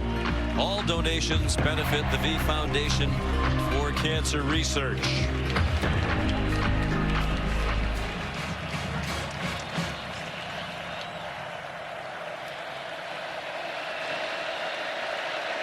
Third down and 8 for Oklahoma, trailing 13-10. Jalen Hurts with great patience, and now he runs down to the 6-yard line. Short of the first down, and they're going to send the field goal team out to tie it. It was a good stop by the Baylor defense. They needed a stop there. It was a pretty decent drive going. And they bowed their neck, just like we've seen Oklahoma's defense bow their neck. I mean, both defenses have played outstanding. For Oklahoma, it's been creating negative plays, and for Baylor, it's been critical stops on third down and takeaways. Burkich made all 15 field goals this season, and now 16 as he connects from 24 yards. That's the longest field goal streak to start a career in Oklahoma history. Tied at 13 in the Dr. Pepper Big 12 championship game. The Dr. Pepper Big 12 Championship game on ABC is brought to you by Ice Cold Dr. Pepper, the official drink of Fansville. In part by Dickies Workwear, yours to make. Go to dickies.com to learn more. And Bright House Financial, build for what's ahead. Oklahoma's won the Big 12 championship game the last 2 years. This conference did away with the championship game from 2011 through 2016 and brought it back in 2017. This one tied at 13. First Big 12 championship game was back in 1996. This is the 18th edition. Baylor in the game for the first time. Oklahoma for the 11th time, trying to win it for the 10th time. Burkich. His kickoff is a touchback. We've talked about the history of Baylor in this decade. Art Briles had it rolling back when they didn't have a title game. They were the back-to-back regular season Big 12 champions. Then the investigation into the handling of sexual violence allegations on campus began, many of them involving football players. It led to the resignation of Ken Starr. Chancellor Art Briles fired. Ian McCaw, the athletic director, departed as well. And it was a job a lot of people didn't want. And a lot of told him not to take it also. He was coming off back-to-back 10-win seasons at Temple, but Matt Rule embraced the challenge. 1-11 his first year, 7-6 last year, 11-1 this year. As we mentioned earlier, the first Power 5 team to win 11 games within 2 seasons of losing 11. And rumors now that he's built this up, that NFL teams have interest, and certainly they do. Other colleges might. He said, you know what? I didn't stick around at Temple long enough to really enjoy the fruits of that labor. My family loves it in Waco. And he has a good thing going there. I didn't get the sense he's in any hurry to leave. On 2nd and 10, Barry Bohannon throws incomplete, trying to get it to Chris Platt. I think the same thing's true for Lincoln Riley. You know, it seems like every year this time of year, everybody starts talking about him going to the NFL and what a great fit he'd be. And right here. Yeah, right. Well, most of those rumors about will Lincoln be the next head coach of the Dallas Cowboys, and that was ongoing before this season even began. It's louder now, obviously, with the speculation about Jason Garrett's future getting louder and louder. Very bright young coach. Historically, one of the best starts to a career in college football history. He's 35-5 as the Oklahoma head coach, defending 3rd down and 10. Ronnie Perkins puts the pressure on. And Bohannon, to me, Todd, just looks like a guy who's a little jittery. He understandably is, so. And he's a little limited. You know, I don't think he's seeing the whole field. I think he's looking 1 or 2 places. Jacob Zeno, the 3rd-string quarterback. He actually played last week against Kansas because Bohannon got banged up in that game. And so he got some playing time and mop-up duty. But they like both these young quarterbacks, but they're in a tough spot right now against this Oklahoma D. Regular long snapper Ross Matisic is back in there. He was out for a while, and his stand-in for Radoni handled the snaps. Powers punt and a fair catch by CeeDee Lamb. You're watching the Dr. Pepper Big 12 Championship game on ABC.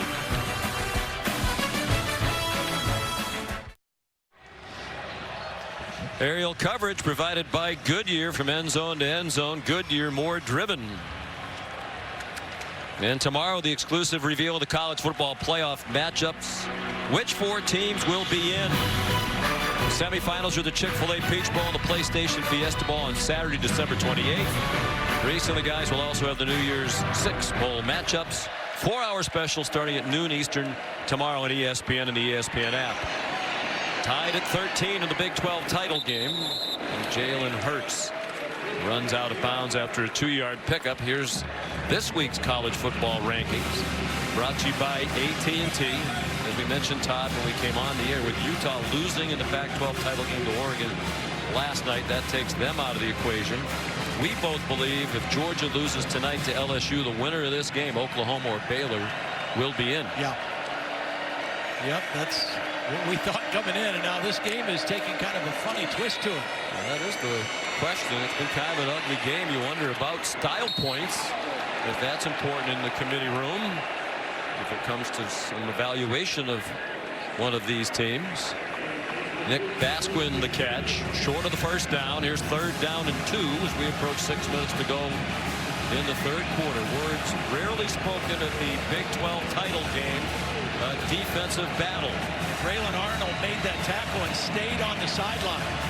They're looking at him right now, and they're helping him to the bench at the end of that play. He's one of their starters at safety, the field safety, a very important position in their defense. And he's a stalwart, redshirt junior, 25th career start. J.T. Woods is in for him. Jalen Hurts throws, open CeeDee Lamb, out of bounds, 1st down into Baylor territory at the 49-yard line. They brought CD in motion. It was only a 2-man route. That was 7-man protection, trying to protect the quarterback, Jalen Hurts.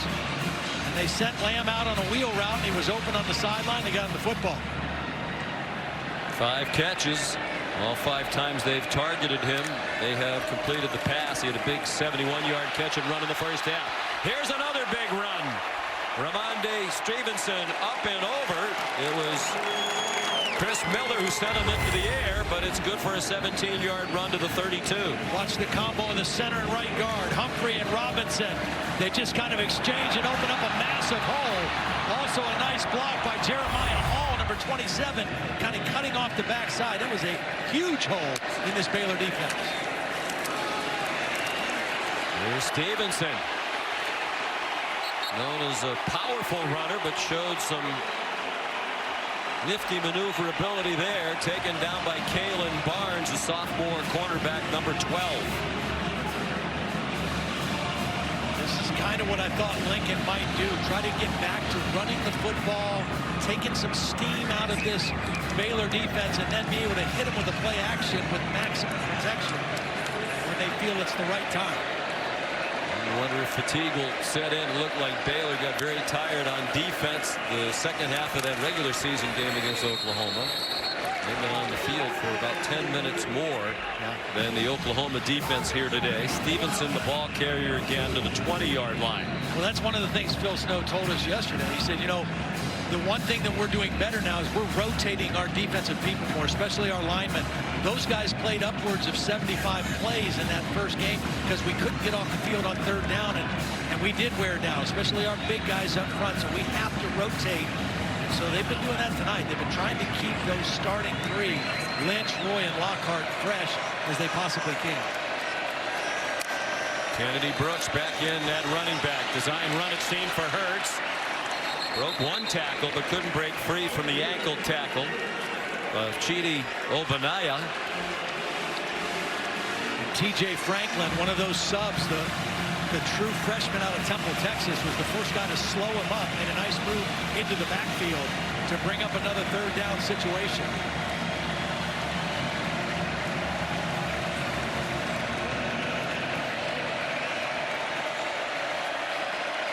3rd down and 6. They are in field goal range at the very least to try to reclaim the lead. They bring pressure. Does Phil Snow. Hurts to the end zone, and it is caught. A twisting catch by Nick Basquin, and Oklahoma goes back on top. Lincoln Riley took advantage of the injury to Graylin Arnold. He was working on J.T. Woods. This is the new guy in the game. Woods is in. They go single coverage. Little slot fade over the outside shoulder. They found the matchup they wanted with the substitution, and they went after it for the touchdown. Nick Basquin, a 5th-year senior. He's had some Achilles injuries along the way. Just his 3rd career touchdown. The other 2 were both back in 2016. What a time to get his 3rd. And Burkich adds the extra point.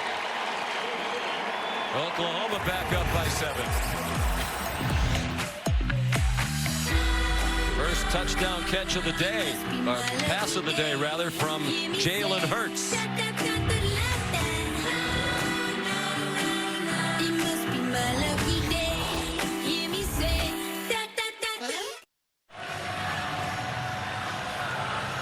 We invite you to check out the Target Command Center coverage on the ESPN app and ESPN3. A lot of stats on your screen.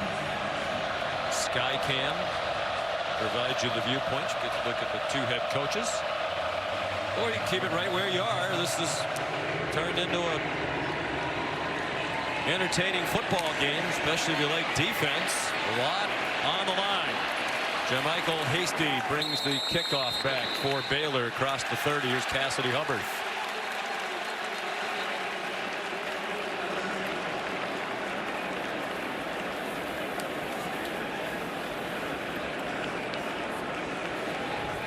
We'll go to Cassidy in a minute. There's some flags, so we're going to sort that out.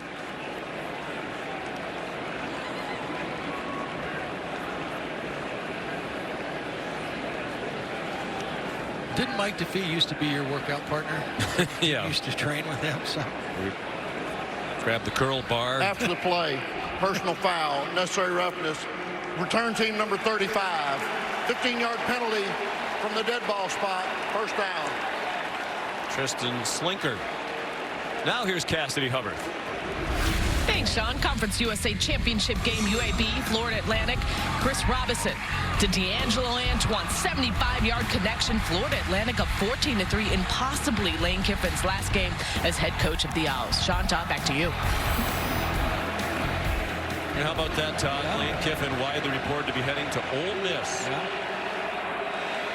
Lane, the one thing about it, he's kind of been a lightning rod for a lot of things, but he is a good football coach and as good a play caller offensively as there is in college football. It'll certainly make things even more interesting in the SEC West. Here's Gary Bohannon. Have to find some offense, right? I mean, they got to figure out something they can do with this guy quarterback. That's probably their best first down play they've had all game. And they've got to find some things that he can do, that he can be comfortable with, and try to get themselves in some third down situations where it's 4 yards or less. Because he's not going to be able to make the plays you need consistently on 3rd and 7, 8, 9, 10. You got 4 on the run. He used him a lot as a runner this year. He handed it off to Jermichael Hasty. And that's a first down. They had just 1 yard of offense in this quarter prior to this possession. That's a 13-yard run for Hasty, another 5th-year senior. Well, watch this, man. He's just going to get up the field too far. And Hasty's going to slip right inside of him. There's nobody blocking him. And then Kenneth Murray, who doesn't miss many tackles, took a bad angle and missed it. By his hair, which is legal. Crowd's just seeing that replay now and responding to it. Another negative yardage play on first down. Hasty tackled more conventionally that time by David Ogwebo. Just joining us, Charlie Brewer, the starting quarterback for Baylor, left the game in the first half. Took a hard hit from Kenneth Murray. His helmet and head slammed off the turf. He actually returned to the game briefly, even though it was clear he was wobbly when he got up from that hit. taken for further evaluation and has not returned since. Bohannon tackled around the legs by Kenneth Murray. Ty, I do think the Baylor people at the end of the game are going to have to answer some questions about why Brewer went back into the game so quickly. Yeah, you know the kid's going to want to go back in, and he's always going to say he's fine and wants to play and wants to compete. But, yeah, that'll be interesting as they sort that out. And this is not a good sign for Oklahoma fans or Alex Grinch, his best player on the field. Kenneth Murray down. We'll be back in 30 seconds.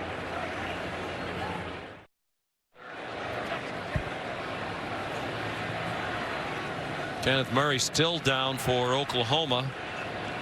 Leader of that defense, junior linebacker from Missouri City, Texas.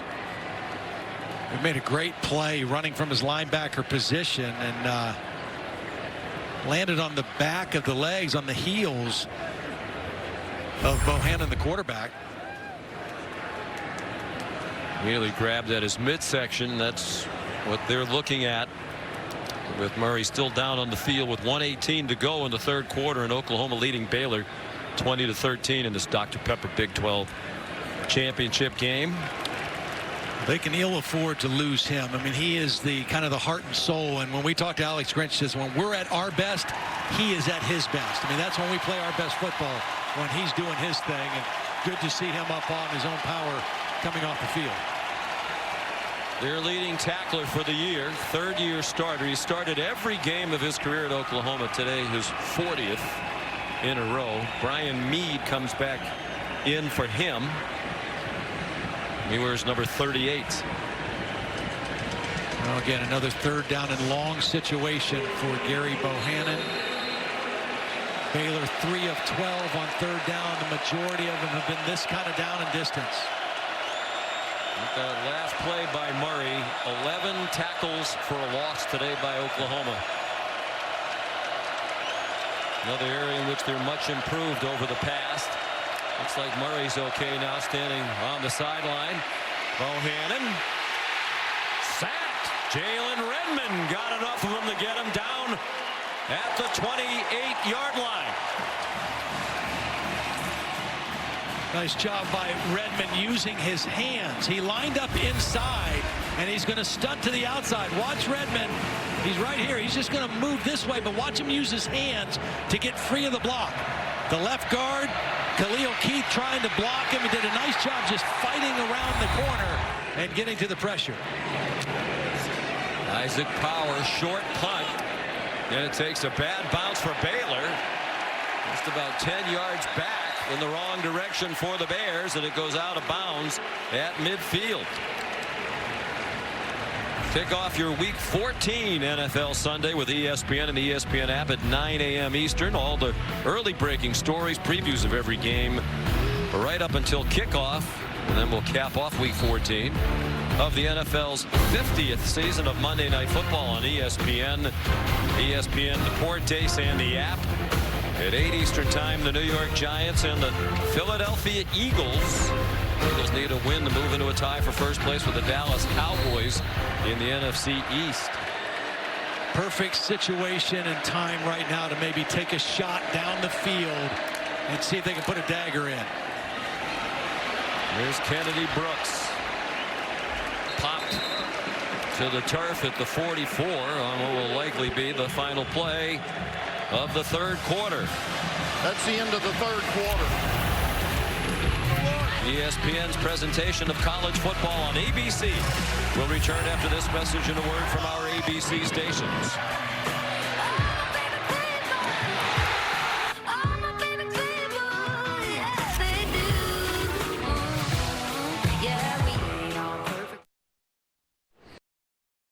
Jessica Shambach, weekdays on KOCO 5 News. As we head to the fourth quarter here in Arlington, Texas, time for today's Aflac trivia question. We want to know which was the last team to win the Big 12 championship outright other than Oklahoma or Baylor.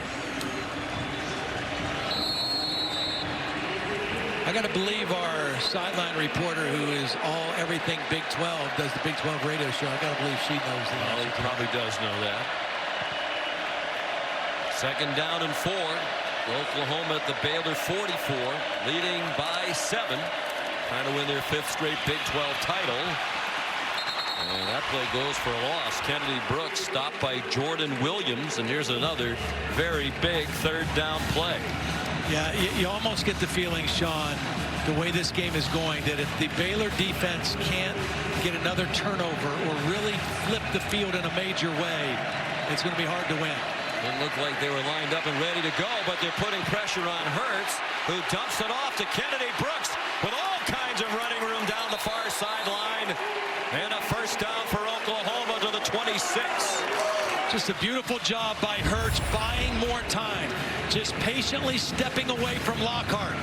Lockhart's going to get inside pressure, and Hurts doesn't panic, just kind of drifts away and then finds his dump off to Kennedy Brooks.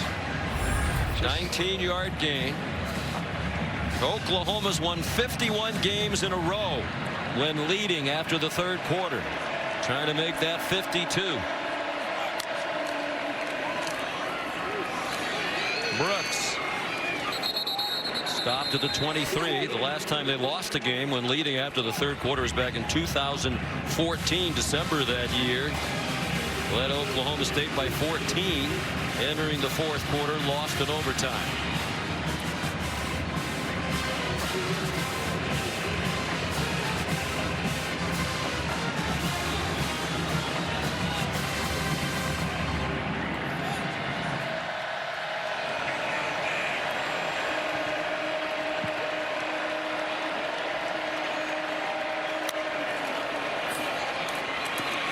Hurts could not sidestep the traffic behind the line of scrimmage. Dropped for a loss of 1.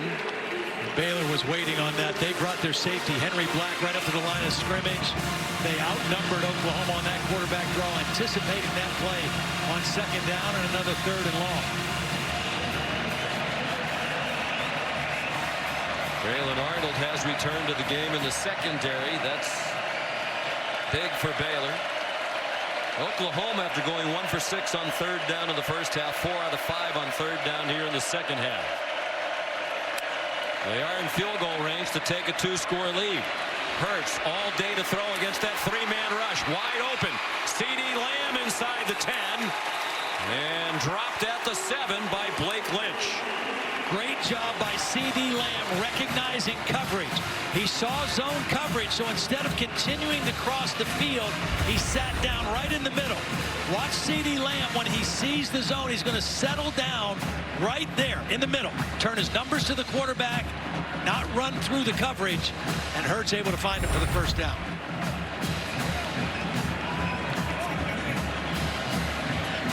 .141 yards receiving for C.D. Lamb. The 6th time this year he's had at least 135 yards receiving in a game. Jalen Hurts powers his way inside the 5. And it took 3 men to stop him. Some pushing and shoving between Willis and Miller. Sean, Matt Rule was on the sideline before that ball was snapped, holding up his hands in a symbol to say quarterback run, quarterback run. And it didn't matter. I mean, Jalen Hurts, again, just shows his power when he runs. Even if Baylor knows it's coming, sometimes his strength and power, particularly his lower body power, is what gains yards when more yards and plays are blocked for. In no hurry, already leading by a touchdown.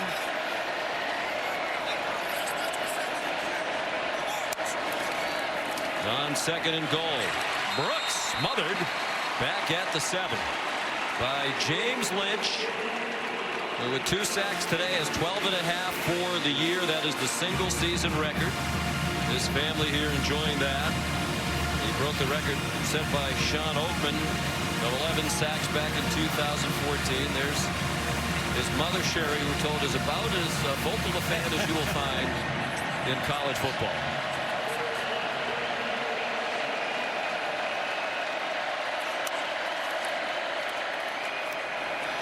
Long fake by Hurts into the end zone and off the hands of Braden Willis.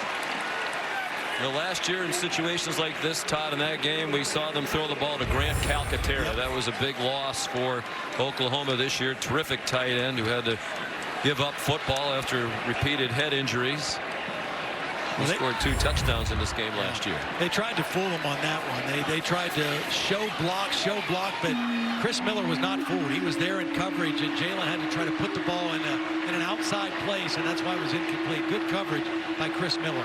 A big kick here for Burkich, who's made now all 17 kicks of his career, all 17 field goals, adding to the longest streak in Oklahoma history. 24-yarder and a 10-point lead for the Sooners. Time to answer our Aflac trivia question. We wanted to know the last team to win the Big 12 championship outright other than these 2 teams playing today. Todd Blackledge said Holly Rowe would know the answer. Holly, do you know the answer? I do. It was Oklahoma State. They had a fantastic quarterback that year named Brandon Whedon. We thought they should have made the BCS. They beat Oklahoma in Bedlam to clinch that title, a game that we were at, freezing our you-know-what's off in Stillwater. It's almost unfair. Holly hosts Big 12 today on satellite radio. She knows everything there is to know about the Big 12. Gabe Burkich with a touchback. Well, this Oklahoma defense has been outstanding today. Only 111 yards, and they do it a lot by stunning and twisting. Some of it late movement. They really just completely mess things up for Baylor on first down in particular. They just can't generate positive run plays, positive yardage on first down, but the stunts and the twists have been effective in both the run and the pass. 111 yards. This is an offense, Baylor, coming in averaging 445 yards a game, and now they're going to their 3rd quarterback. Jacob Zeno is in the ball game to see if they can throw the football now against Baylor. In commercial, Sean, we both said the same thing. Probably time to try something different. He's only played 1 game in college, and it was last week, but why not? And he gets tripped up. Another play behind the line of scrimmage by the Oklahoma defense. It's Isaiah Thomas, redshirt sophomore from Tulsa, with his 2nd sack of the season. Thomas was working on a tight end. That time he was working on Henley and just came on an inside stunt and then followed it to the quarterback and got the sack. And again, that's been the story for this Oklahoma defense today. Tackles behind the line of scrimmage, putting Baylor behind the chains, particularly on first down. 13 tackles behind the line of scrimmage. Zeno. Nifty throw and a catch. Tristan Ebner off to the races. Tristan Ebner to the end zone. Jacob Zeno. Just his 4th collegiate pass. They've all come in the last 2 games. 3 for 3 against Kansas last Saturday in Lawrence. And now a strike to Ebner. And it ends up an 81-yard touchdown. And they're right back in the game. Kenneth Murray, who has played beautifully today, got caught peeking in the backfield and did not maintain coverage responsibility, and the result was a Baylor touchdown. And the extra point is good. Oklahoma's leading tackler, Kenneth Murray, is going to be right in the middle of the defense, right here. Here's Ebner. He's going to just release right down the middle of the field, and watch Murray just get fixed on the quarterback, and Ebner runs right by him. They get the ball over his head, and then Ebner shows breakaway speed. He's been bothered by a leg injury since week 2. They said this is the healthiest he's been, and you can see the burst that he has. He was recruited as a wide receiver. He moved to running back, has excellent ball skills, and he showed some speed there as well. 81-yard play, longest all season for the Baylor Bears. Jacob Zeno's 1st career touchdown pass in his 2nd game on his 4th college pass. He's a true freshman from San Antonio.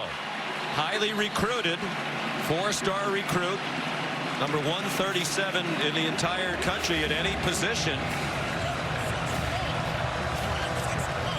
John Jay High School. 4 hours away from here. What a shot of life that play has a chance to interject in this Baylor team. Barry Bohannon had a hard time getting anything going with the Baylor offense. Really, the same was true of Charlie Brewer, the starter. So they're on to the 3rd string quarterback. What an impact. Here's Cassidy Hubbard. Thanks, Sean. And now for today's All-State Mayhem moment. Conference USA Championship game. FAU's Tyreek Tisdale blocks the punt, and Eddie Williams scoops and scores, which makes it a 28-3 lead for the Owls in the second. Sean, Todd, back to you. All right, Cassidy, thanks. So a little more game pressure now on Oklahoma. I think that was a shock to everybody with the way the Baylor offense has played all day. They have 186 yards of offense, 81 of those on the last play. Kennedy Brooks, plenty of running room again. He's ahead 4-9, and we're down to 9.5 minutes to go in this Big 12 championship game. And we saw a picture of a guy on the sideline earlier, Trey Sermon. It used to be Trey Sermon and Kennedy Brooks kind of shared the running back position. Sermon was hurt at the Iowa State game, out for the rest of the season. Now it's pretty much Sermon is the main, or is the out. Kennedy Brooks is the go-to guy. We've seen Stevenson also as the backup. Brooks spun around, looks like he got just enough for the first down. Trey Sermon was their leading rusher, or had almost 1,000 yards a year ago, and they were a really good 1-2 punch. We saw them early in the year, the first game against Houston, and they were both effective in that football game. Kennedy Brooks has become the leading man, as he did last year. Lincoln Riley told us at the start of last season it was really their 4th or 5th running back, and he wound up averaging 8.87 yards per carry in a tremendous year. Jalen Hurts, plenty of time, looking deep, couldn't find anybody, and scoots out of bounds just shy of the 40-yard line. See, the thing about being able to rush 3 and get pretty decent pressure on a consistent basis that Baylor's able to do, that allows you to do a lot of different things with your coverage, whether it's man or zone or combination things with 8 guys back in coverage. And that time, everybody covered up. Jalen Hurts waited as long as he could before he had to leave the pocket and pick up 4 yards.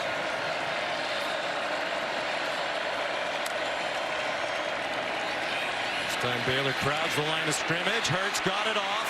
Another first down. Ramondre Stevenson across midfield and powers ahead to the 47-yard line. Ramondre Stevenson just kind of snuck out that time. Watch Stevenson come from this side of the backfield. He's going to go right in the line and almost duck like he's hiding. And then he's going to slip into the back, in the middle of the defense. Ducks, gets up, and gets behind the linebacker for the completion. Junior out of Las Vegas. Newcomer to Oklahoma. He's out of Cerritos Junior College. Stevenson again. No gain this time, and we're halfway through the 4th quarter now. I think you'll see Lincoln Riley have Jalen Hurts take lots of time here. Keep your foot on the pedal. Don't get complacent, but don't be in a hurry. Use the clock to your advantage. You know your defense has played lights out. They've given up a couple plays, just kind of fluky kind of plays. You got another freshman quarterback in the game. Use the clock. Pressure up the middle. Kennedy Brooks ran past that. Turned it into a gain of a couple as James Lynch missed. He hasn't done that very often during his time at Baylor. Here's a mammoth 3rd down play. I would say this might be the play of the game for Baylor's defense right here. Under 7 minutes. Your 3rd string quarterback in. You're in the game down 3. You got to get a stop here just inside the 50. Not in field goal range. And you wouldn't think they would go for it unless they got much closer to the line to gain than the 9 yards they have to make right now. They stick with the 3-man rush. Hurts across the line, shoved out of bounds. A gain of a yard. It's 4th down, and Lincoln Riley has a decision to make. Oh, you got to punt the football, Sean. Your defense has played lights out. You got to play complementary football right now. Pin them down and let your defense continue to win the game for you. Well, last year there was no way in this game we would have said lean on your defense. No we doubt. Talked about Oklahoma. What a turnaround. And not just today. I mean, all season. They have had their moments where it started to go sideways on them, but by and large, incredible improvement from last year. Reeves Munchau to punt.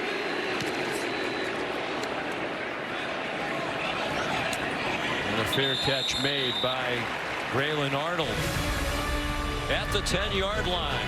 23-20 Oklahoma. The Dr. Pepper Big 12 Championship game on ABC is brought to you by Ice Cold Dr. Pepper, the official drink of Fansville. In part by Pacific Life, 150 years strong, protection and retirement solutions for your future. And Mercedes-Benz, the best or nothing. Some terrific views of today's action through the Dr. Pepper Pylon Cam. Sean, if you're Baylor, Tyquan Thornton has 2 catches. Denzel Mims has 0. Can you find a way to get those 2 guys the football with Jacob Zeno? And then if I'm Alex Grinch, the defensive coordinator at Oklahoma, I'm going to put some heat on this guy. I'm going to see how he handles pressure in his face. This guy is Jacob Zeno, just came off the bench. He's on target again. What an arm he has displayed, and they finally get a ball to their leading receiver, Denzel Mims. His first catch of the game, good for 18 yards. There is a flag back near the line of scrimmage.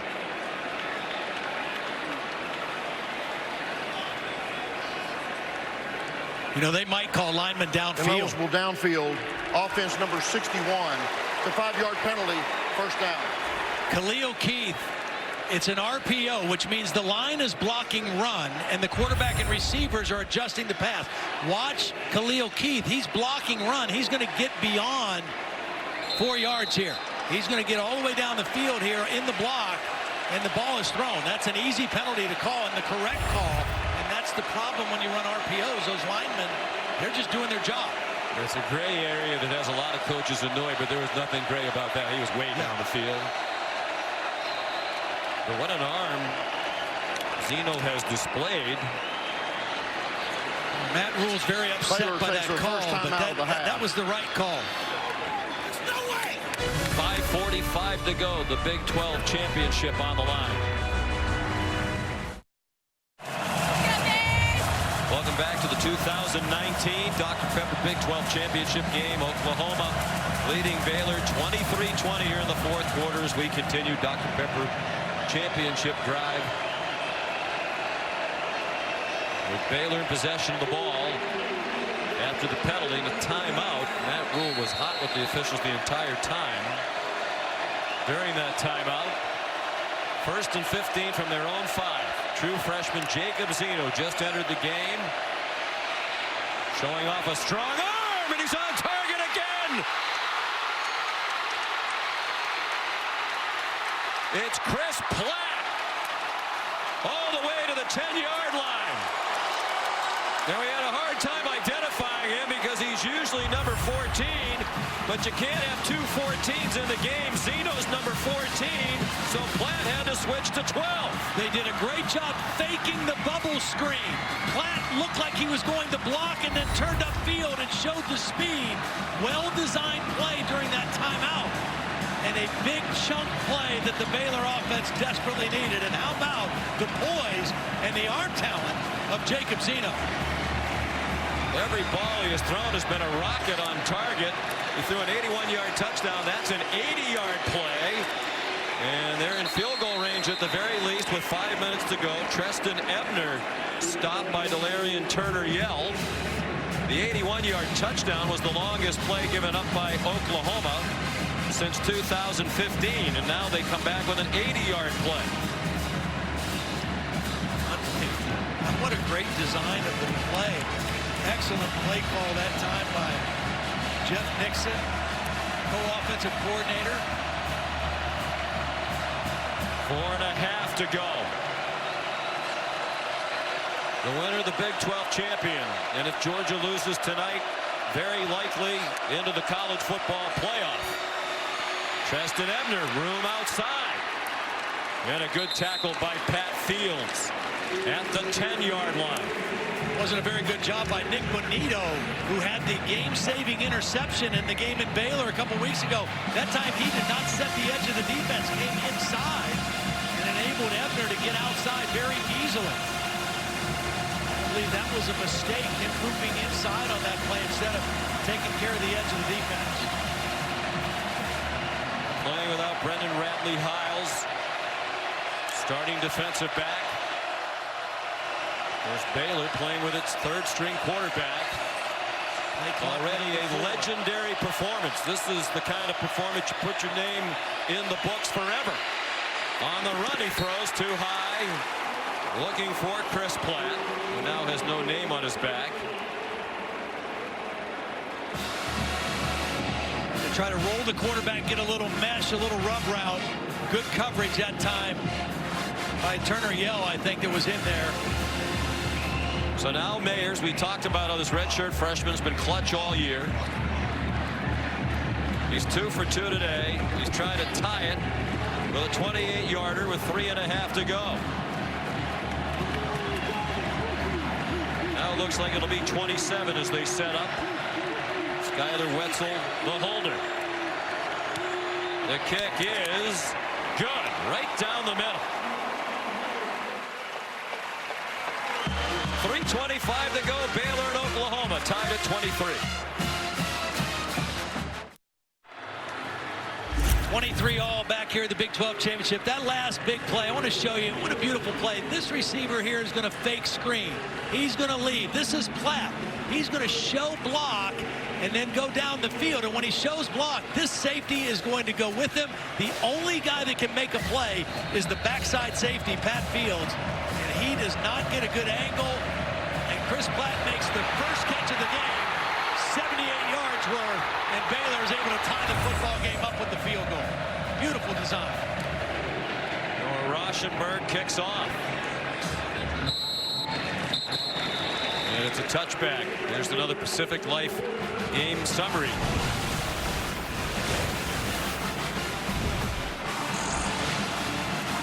And Jacob Zeno, the man of the hour, he has come in to ignite Baylor. They played in only one game in his career. His last week at Kansas in mop-up duty. They won the game 61-6. He threw 3 passes in that game and rushed twice.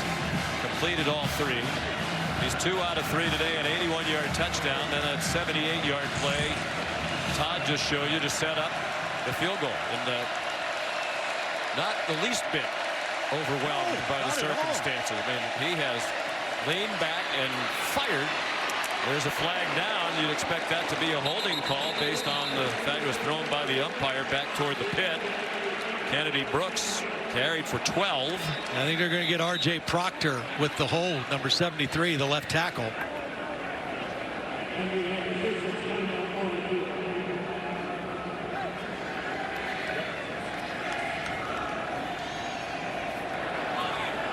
Holding. Offense number 73. 10-yard penalty from the previous spot. Replay first down. R.J. Proctor. Meanwhile, Kennedy Brooks and Chris Miller are still down. Yeah, it was a hard collision right in the middle of the field with helmet contact. Remember, we talked about Chris Miller has already had 3 targeting fouls on the year. He goes in with his shoulder that time. He didn't lead with his helmet, so he did the right thing there. Kennedy Brooks lowered his head. Just a hard physical collision at the end of that run. Miller walks off, and Kennedy Brooks still down. You can see that they're grabbing at the back of his neck. Again, there's Trey Sermon, who was lost after the Iowa State game. Ramondre Stevenson, who we've seen a decent amount of today, will be the guy in there now. It's good to see Brooks has been moving his legs. I think that was at the request of the medical staff. He kicked both legs up into the air a moment ago.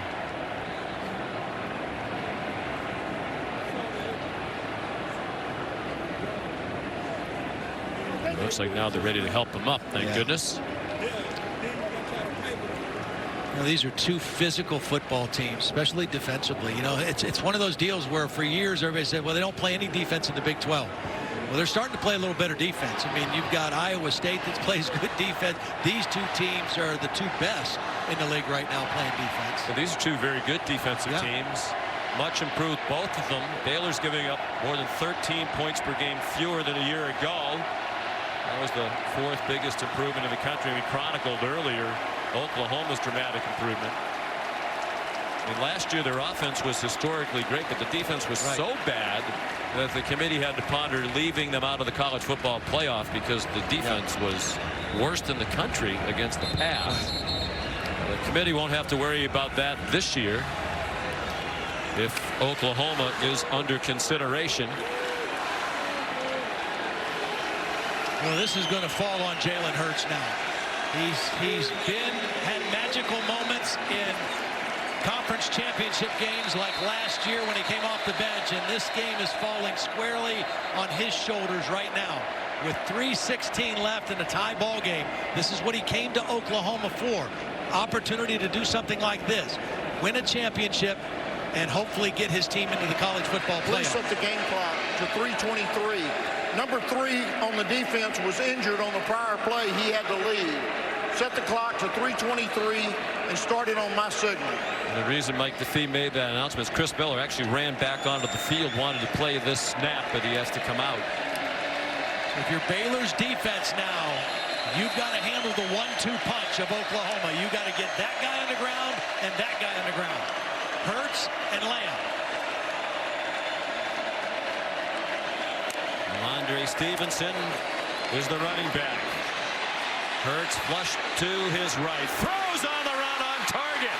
CeeDee Lamb, as you said, you can't lose him, Todd. And they did. Almost to midfield. It's almost a by design quarterback leave the pocket against this 3-man rush, because that's a long developing play. The quarterback rolls out, Lamb goes from one side of the field to the other and just gets behind the zone defense. When you only rush 3 and you have a quarterback like Hurts, if he gets outside and contained, you might get a problem, and that was a problem. 31-yard gain. Now back to the run with Ramondre Stevenson. Terrell Bernard drove him back. He's been a big part of Baylor's defensive success this year. Their leading tackler wasn't even a starter middle linebacker, but Clay Johnston was injured. Bernard stepped in. He's been outstanding. Unbelievable. I mean, both guys had great years when they were playing. Both of them made second team all Big 12. Bernard came into the game tonight with 95 tackles, far and away the leading tackler on the team. Well, Johnston only played in 6 games. He's their 4th leading tackler still. Good rush. Hurts steps up away from it and gets ripped down from behind by James Lynch. Short of the first down. They're into Baylor territory at the 47. We're under 2 minutes to go in a tie game. Baylor and Oklahoma tied at 23 for the Big 12 championship. And should Georgia lose tonight, very likely the winner of this one will go to the college football playoff. This down and distance, Lincoln Riley's got a lot of options if he wants to run or throw. Burkich's long field goal is 50.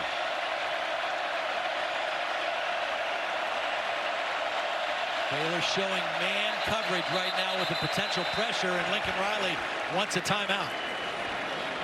With a crucial 3rd down and 3 Oklahoma coming here. Takes his 2nd timeout of the half. This will be a 1-minute timeout.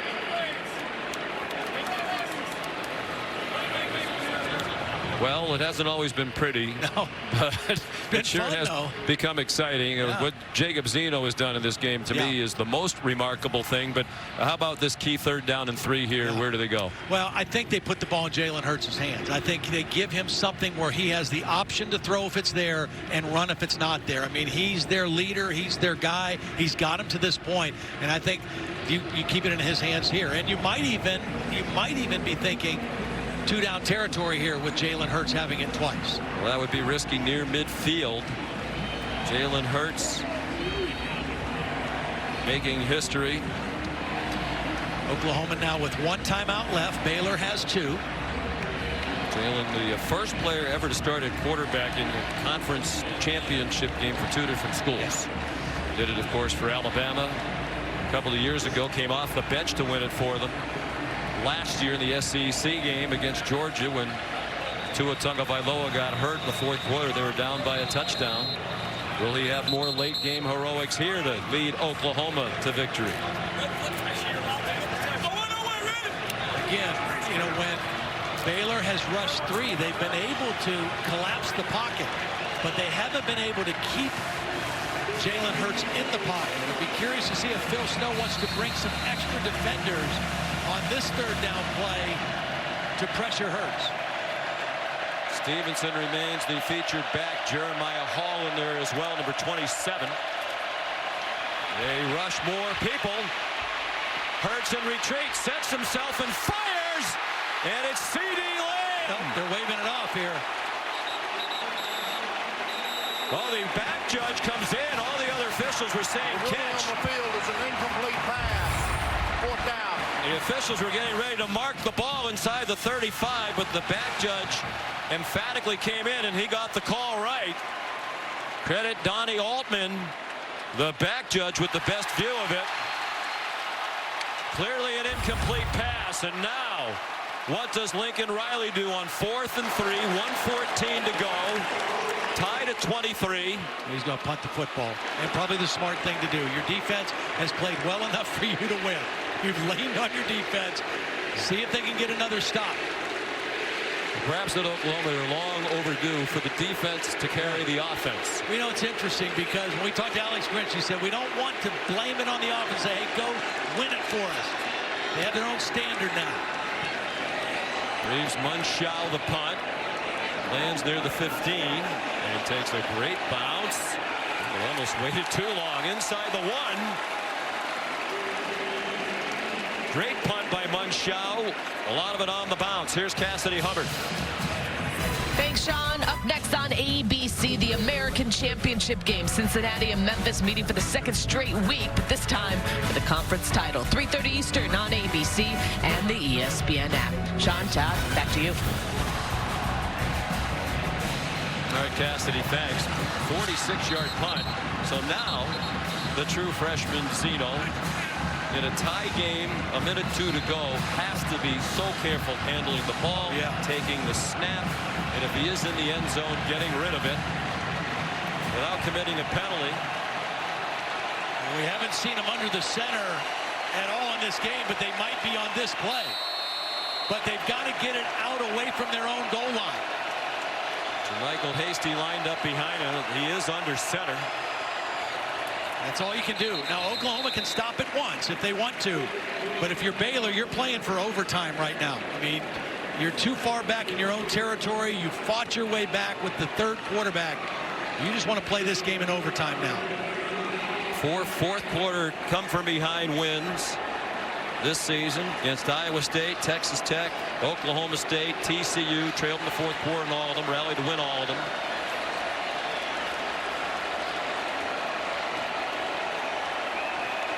They were down 20-13 entering this 4th quarter. Get down. Zeno again. I mean, so many of these quarterbacks now come out of high school with these spread offenses. Right. They're never under center. A lot of times they arrive at college, they have to be taught how to take the snap from center. Neither team's going to stop it. And this Dr. Pepper Big 12 championship game with so much at stake, including the possibility of a spot in the college football playoff, will go to overtime. And we'll have it for you after we step aside from Arlington, Texas.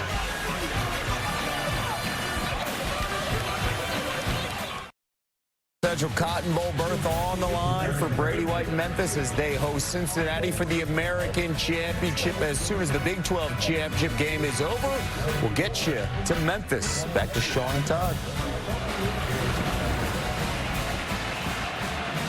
All right, each team with a timeout. And after overtime here, we'll have the trophy presentation on ESPN Plus to the winner of this Big 12 championship game. We'll look through the Dr. Pepper pylon camera. 18th Big 12 championship game, just the 2nd overtime game. Back in the early days of the Big 12 championship game, the 3rd game played in St. Louis in 1998.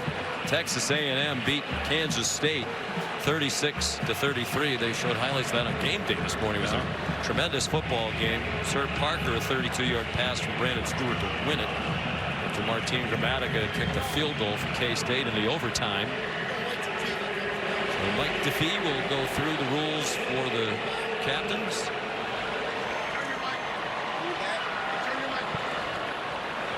Okay, gentlemen, we're going to have overtime. All right, the winner of the toss has an option of offense, defense, which end of the field we play on.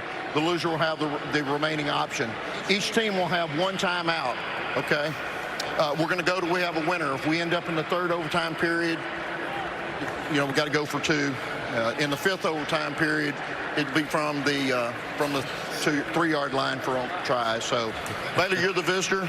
This is heads. This is tails. Tails. This is heads. What's your call? Let's go heads. Heads. Heads is his call. It's heads. You won the toss. You want defense, which means you're going to be on offense. You want to play on that end of the field.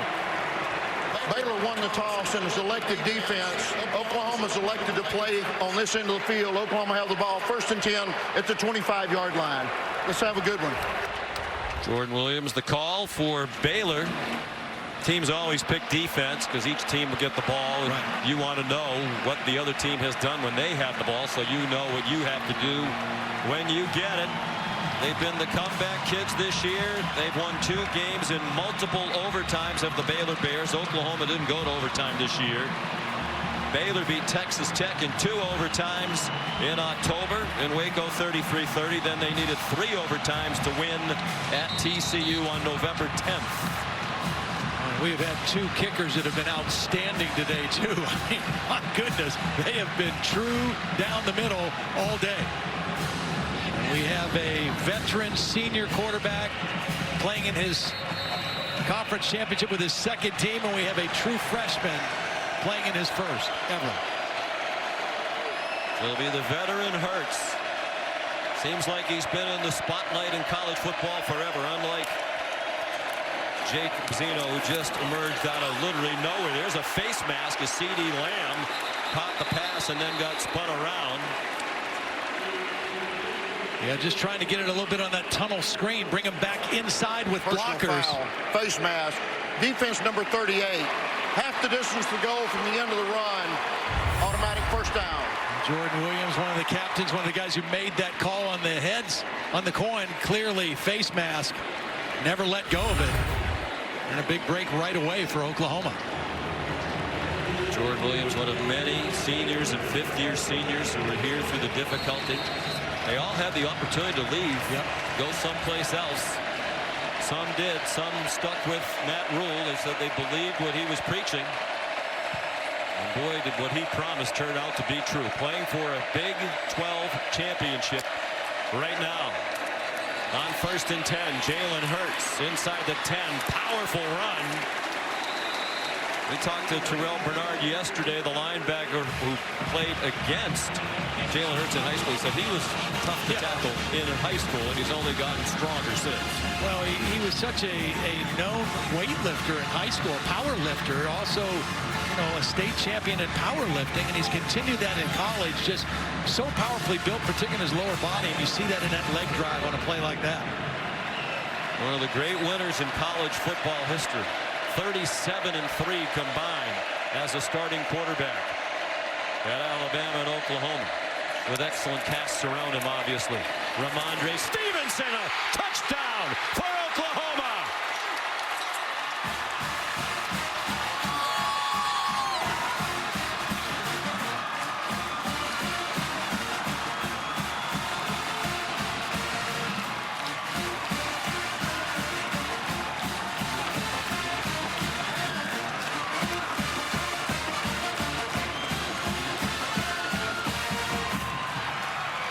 And here's a big extra point for Gabe Burkich. Todd said both kickers have been clutch today, both 3 for 3 in field goals, and they've made all the extra points. And Burkich still hasn't missed a kick, field goal or PAT all year. This is the bread and butter play for Oklahoma. It's the counter trap. They pull the guard and the tackle Swenson. One guy kicks out, the other guy leads through. There's the kick out, there's the lead through, and Stevenson into the end zone, and Oklahoma scores on their first overtime possession.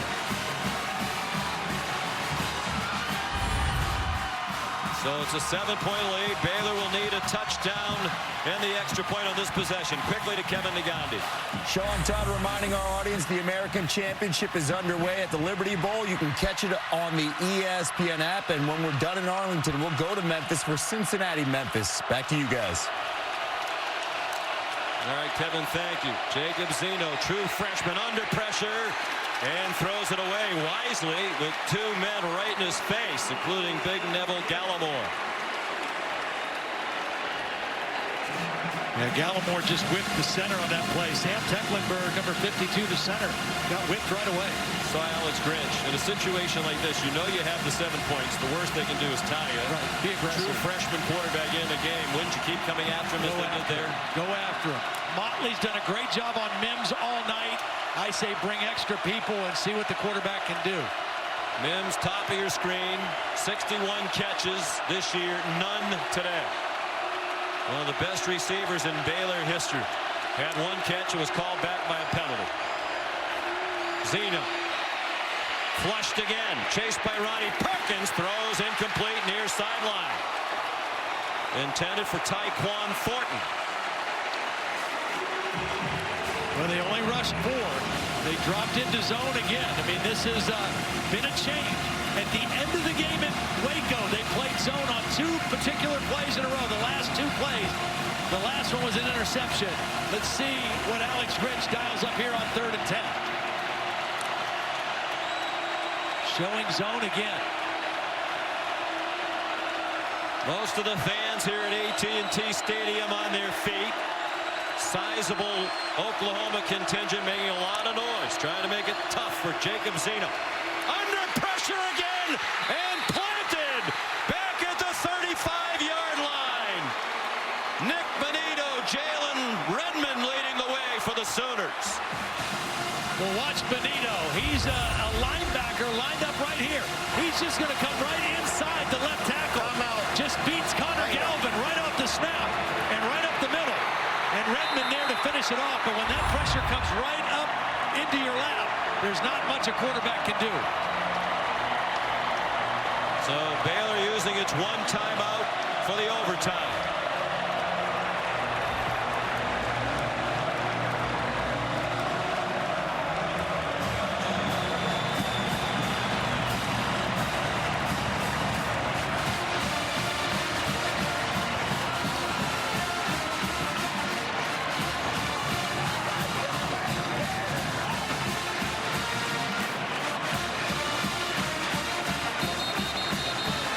So 4th and 20. They continue to bring the heat after Jacob Zeno, who's demonstrated when he has time, he can be as accurate and strong-armed as just about any quarterback you'd see. They've had a magical season. They've had an unbelievable turnaround in just a couple of years. But they're down to 1 play to try to stay alive for the Big 12 title and the national championship picture. I think you got to get the quarterback out of the pocket, maybe roll him to the field here. They rush 4, drop everybody else, and they still get there. He got the throw off. It's incomplete, and Oklahoma is the Big 12 champion again.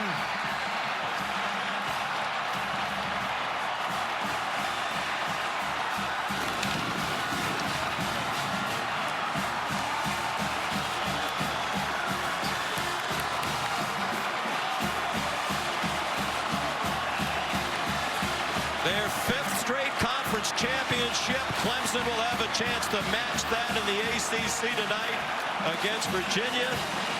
And Jalen Hurts almost certainly, Todd, heading back to the college football playoff, this time as a member of the Oklahoma Sooners if Georgia loses tonight, a team he dealt defeat to in the SEC championship game 1 year ago. Lincoln Riley, if that's the case, is going back to the college football playoff, this time with a defense. For sure. Yeah, the defense really was the biggest factor in them winning the game today, especially at the end when they overwhelmed Baylor. Here's Holly. Well, Lincoln Riley right down to the wire. How did your defense save the day? Guts, man. They played like they have the majority of this year. There's great defense being played at the University of Oklahoma right now. Man, I'm proud of those guys. The coaches, all our guys, man. We hung in there, didn't play our best. We beat a damn good team here today, and we're the champs. It was hard, Lincoln. I see the emotion in your face. How difficult was this win today? It's what it should be. This league's been great all year. Baylor's has a heck of a team. They're easily one of the best teams in the country.